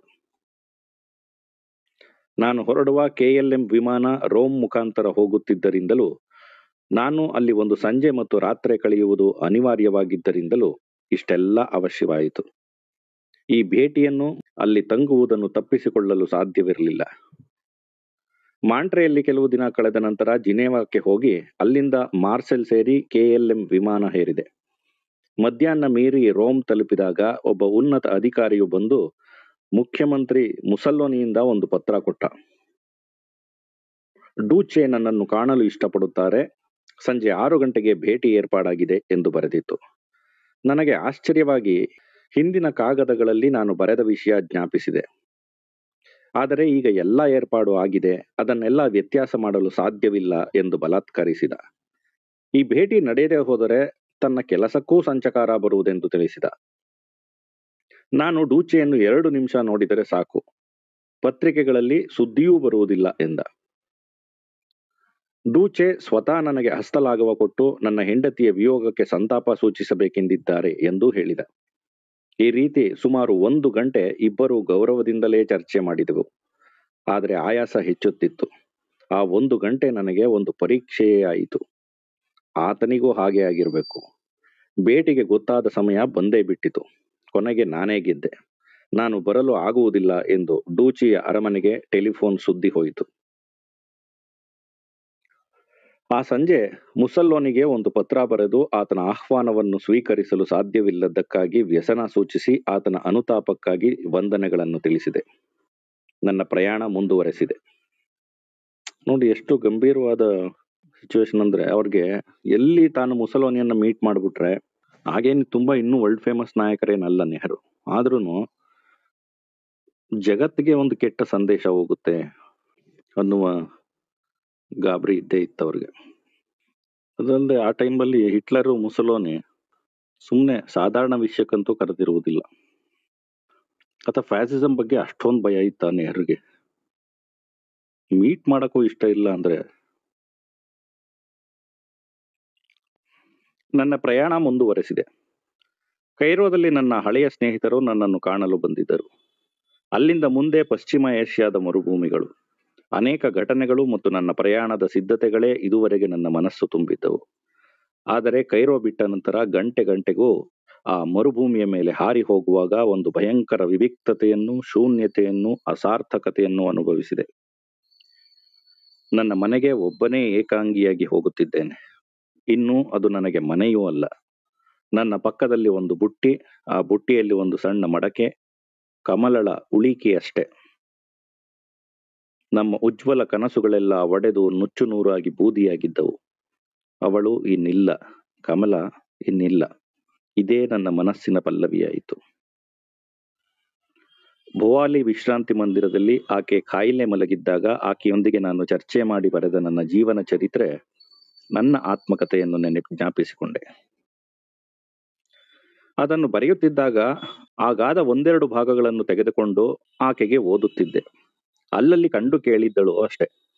ಇನ್ನು ಉಳಿದದ್ದನ್ನು ಆಕೆ ನೋಡುವುದೆಲ್ಲಿ? ನಾವಿಬ್ಬರೂ ಸೇರಿ ನಮ್ಮ ಜೀವನ ಪುಸ್ತಕದ ಭಾಗಗಳನ್ನು ಬರೆಯುವುದೂ ಮುಗಿಯಿತು. ಬಾಗ್ದಾದ್ ನಗರ ಸೇರಿದೊಡನೆ ಕಣ್ಮರೆಯಾದ ಕಮಲಳಿಗೆ ಎಂಬ ಅರ್ಪಣೆಯಿಂದ ಗ್ರಂಥಾರಂಭ ಮಾಡಿ ಎಂದು ನನ್ನ ಆತ್ಮಕಥೆಯನ್ನು ಪ್ರಕಟಿಸುವ ಮುದ್ರಣಕಾರರಿಗೆ ಕೇಬಲ್ ಕಳುಹಿಸಿದೆ. ಕರಾಚಿಗೆ ಬಂದೆ. ಜನಜಂಗುಳಿ, ಅನೇಕ ಪರಿಚಿತ ಮುಖಗಳು. ಅನಂತರ ಅಲಹಾಬಾದ್. ಅಲ್ಲಿ ವೇಗವಾಹಿನಿ ಗಂಗಾಮಾತೆಯ ಮಡಿಲೊಳಗೆ ಮಡಕೆಯಲ್ಲಿದ್ದ ಬೂದಿಯನ್ನು ಚೆಲ್ಲಿದೆವು. ನಮ್ಮ ಪೂರ್ವಜರು ಎಷ್ಟು ಜನರನ್ನು ಈ ರೀತಿ ಕೊಂಡೊಯ್ದು ಸಮುದ್ರಕ್ಕೆ ಸೇರಿಸಿದ್ದಾಳೋ, ಆಕೆಯ ತೋಳ ತೆಕ್ಕೆಯಲ್ಲಿ ನಾವು ಎಷ್ಟು ಜನ ಹಿಂಬಾಲಿಸಬೇಕು. ಈ ಅಧ್ಯಾಯದೊಂದಿಗೆ ಒಂದಷ್ಟು ವೈಯಕ್ತಿಕ ವಿಷಯಗಳು ಮುಗಿಯುತ್ತೆ. ಇದರ ನಂತರ ಅವರು ಡಿಸ್ಕವರಿ ಆಫ್ ಇಂಡಿಯಾ ಬರೆಯಬೇಕಾದ ಅನಿವಾರ್ಯತೆ ಹೇಗೆ ಸೃಷ್ಟಿಯಾಯಿತು ಅವ್ರ ಜೀವನದಲ್ಲಿ ಅಂತ. ಇತಿಹಾಸದ ಬಗ್ಗೆ ಆಸಕ್ತಿಯೇ ಇಲ್ಲದೆ ಇದ್ದ, ಭವಿಷ್ಯದ ಬಗ್ಗೆ ಯೋಚನೆ ಇಲ್ಲದೆ ಪ್ರೆಸೆಂಟಲ್ಲೇ ಬದುಕಬೇಕು ಅಂತ ನಂಬಿದ್ದ ವ್ಯಕ್ತಿ ಯಾಕೆ ಭಾರತದ ಇತಿಹಾಸವನ್ನು ಬರೆಯೋದು ಕೊಟ್ರು ಅನ್ನುವುದು ಮುಂದೆ.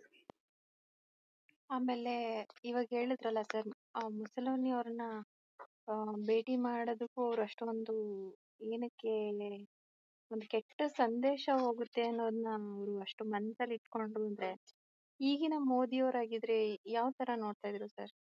ಅದು ಇವ್ ಹೋಗಿ ಮೀಟ್ ಮಾಡ್ತಾನೆ ಅವನಲ್ಲ, ಕರೆದ್ರೆ ಸಾಕು. ನಮ್ಮ ಅಣ್ಣ ಅಂತ ಹೇಳಿರೋ ತೂತು ಮೇವೆ ಅಂತ ಮಾತಾಡ್ತೀವಿ ನಾವು ಅಂತಂದ್ರ, ಯಾರು ಕರೆದ್ರೆ ಈ ಊರ್ ಸುತ್ತಕ್ ಆಸೆ ಇರ್ತದಲ್ಲ ಮಕ್ಕಳು, ಅವರು ಅವನಿಗ ಇದು ಶಕ್ತಿ ಯೋಜನೆ ಕೊಟ್ಟಂಗ ಆಗೋಗದೆ. ಆ ಬಸ್ತು ಎಲ್ಲೋದ್ರು ಫ್ರೀ ಅಂತ ಗೊತ್ತಲ್ಲ, ಒಯ್ತಾ ಇರದೆ. ಪುಟಿನ್ನು ಅಂದ್ರೆ ಪುಟಿನ್ನು ಮೀಟ್ ಮಾಡ್ತಾನೆ, ಇವನು ಅಂದ್ರೆ ಅವನು ಮೀಟ್ ಮಾಡ್ತಾನೆ. ಪಾಕಿಸ್ತಾನಕ್ಕೆ ಹೋಗುದು ಅಲ್ಲೂ ಒಯ್ತೀನಿ ಅಂತಾನೆ. ಒಂದು ಅಂದ್ರೆ ಅಲ್ಲಿ ಹೋಗಿ ಬಂದು ಅದನ್ನ ಸಮರ್ಥಿಸ್ಕೊಳ್ಳೋ ರೀತಿ ಇದೆಯಲ್ಲ ಸರ್, ಅದು ನೆಹರು ಅವ್ರಿಗೆ ಗೊತ್ತಿರ್ಲಿಲ್ಲ ನೋಡಿ. ಅಲ್ಲಿಗೆ ಹೋಗಿದ್ ಬಂದು ಸಮರ್ಥಿಸ್ಕೊಳ್ಳೋ ರೀತಿ. ಅಲ್ಲ ಈಗ ಕೇಳಿದ್ರು ಅದಕ್ಕೆ ಆನ್ಸರ್ ಅವ್ರ ಹತ್ರ ರೆಡಿ ಇರುತ್ತೆ. ಅಲ್ಲ, ಆ ಸಂದರ್ಭದಲ್ಲಿ ನೆಹರುಗೆ ಅವ್ರ ಮುಸಲೋನಿಯನ್ ಭೇಟಿ ಮಾಡೋದ್ರಿಂದನೂ ಒಂದಷ್ಟು ಅಡ್ವಾಂಟೇಜ್ ಇತ್ತು. ಯಾಕೆಂದ್ರೆ ಅವರು ಬ್ರಿಟನ್ ವಿರೋಧಿಗಳಾಗಿದ್ರು. ಅವನು ಅದನ್ನೇ ಚರ್ಚೆ ಮಾಡಕ್ಕೆ ಪರ್ಟಿಕ್ಯುಲರ್ ಆಗಿ ಅಷ್ಟೊಂದು ಹಠ ಮಾಡಿರ್ತಾನ. ಅವನು ಏನ್ ಆ ತರದೊಬ್ಬ ಸರ್ವಾಧಿಕಾರಿ 3-4 ಸಾರಿ ಲೆಟರ್ ಕಳಿಸ್ತಾನೆ ಅಂದ್ರೆ, ಆದ್ರೂ ಅವ್ರು ಎಷ್ಟು ನಾಜೂಕಾಗಿ ಅವ್ರಿಗೆ ಅಂದ್ರೆ ಆ ಚರ್ಚೆ ಇನಿಶಿಯೇಟ್ ಮಾಡೋದಕ್ಕೂ ಆಸಕ್ತಿ ಇಲ್ಲ. ಎಲ್ಲಿ ಶುರು ಮಾಡ್ಬಿಟ್ರೆ ದೇಶದ ಹೆಸರು ಕೆಟ್ಟೋಗುತ್ತೆ ಅಂತ. ಗಾಂಧಿ ಇನ್ಫ್ಲೂಯೆನ್ಸ್ ಹೆಂಗಿತ್ತು ಅಂದ್ರೆ ಇವ್ರಿಗೆ ಯಾವ್ದಾರು ಒಂದ್ ಸ್ವಲ್ಪ ಕೆಟ್ಟ ಹೆಸರು ತಗೊಂಡಿರುವ ದೇಶದ ಸವಾಸ ಮಾಡ್ಬಿಟ್ರೆ ನಮ್ಗೆಲ್ಲ ಕೆಟ್ಟ ಹೆಸರು ಅಂತ. ಯಾಕೆಂದ್ರೆ ಇದು ಜಪಾನು ಎಲ್ಲ ಯಾವ ಮಟ್ಟಕ್ಕೆ ಹೆಸರು ಹಾಳು ಮಾಡ್ಕೊಂಡ್ಬಿಟ್ಟಿದ್ದು ಅಂತ ಹೇಳಿದ್ರೆ, ಆಗೇನ್ ಸೂಪರ್ ಸ್ಟಾರ್ ಏನಲ್ಲ ಇವರು. 36ರಲ್ಲಿ ಇನ್ನು ಮಾಮೂಲಿ ನಾಯಕ. ನೇರಿಗೆ ನಿರ್ದಾಕ್ಷಿಣ್ಯವಾಗಿ ಅವರು ಅಪಾಯಿಂಟ್ಮೆಂಟ್ ಫಿಕ್ಸ್ ಆಗಿದೆ ಅಂದ್ರೂ ಕ್ಯಾನ್ಸಲ್ ಮಾಡ್ಬಿಟ್ರಲ್ಲ. ಯಾವ ತರ ದಿಟ್ತನ ಇರ್ಬೇಕು ಅಂದ್ರೆ, ಹೌ ಸ್ಕೇರ್ಡ್ ಯು ವಾಸ್. ನಾನ್ ಸ್ಕೇರ್ಡ್ ಅನ್ನೋಲ್ಲ ಸರ್, ನಾನು ಅನ್ನೋದೇನು ಅಂದ್ರೆ education important. Clarity, education clarity ಎಷ್ಟು ಇಂಪಾರ್ಟೆಂಟ್ ಅನ್ನೋದು ಇಲ್ಲಿ ಅಂತ ತಗೊಂಡು ಹೋಗೋದೇನು ದೊರೆತಿರ್ಲಿಲ್ಲ.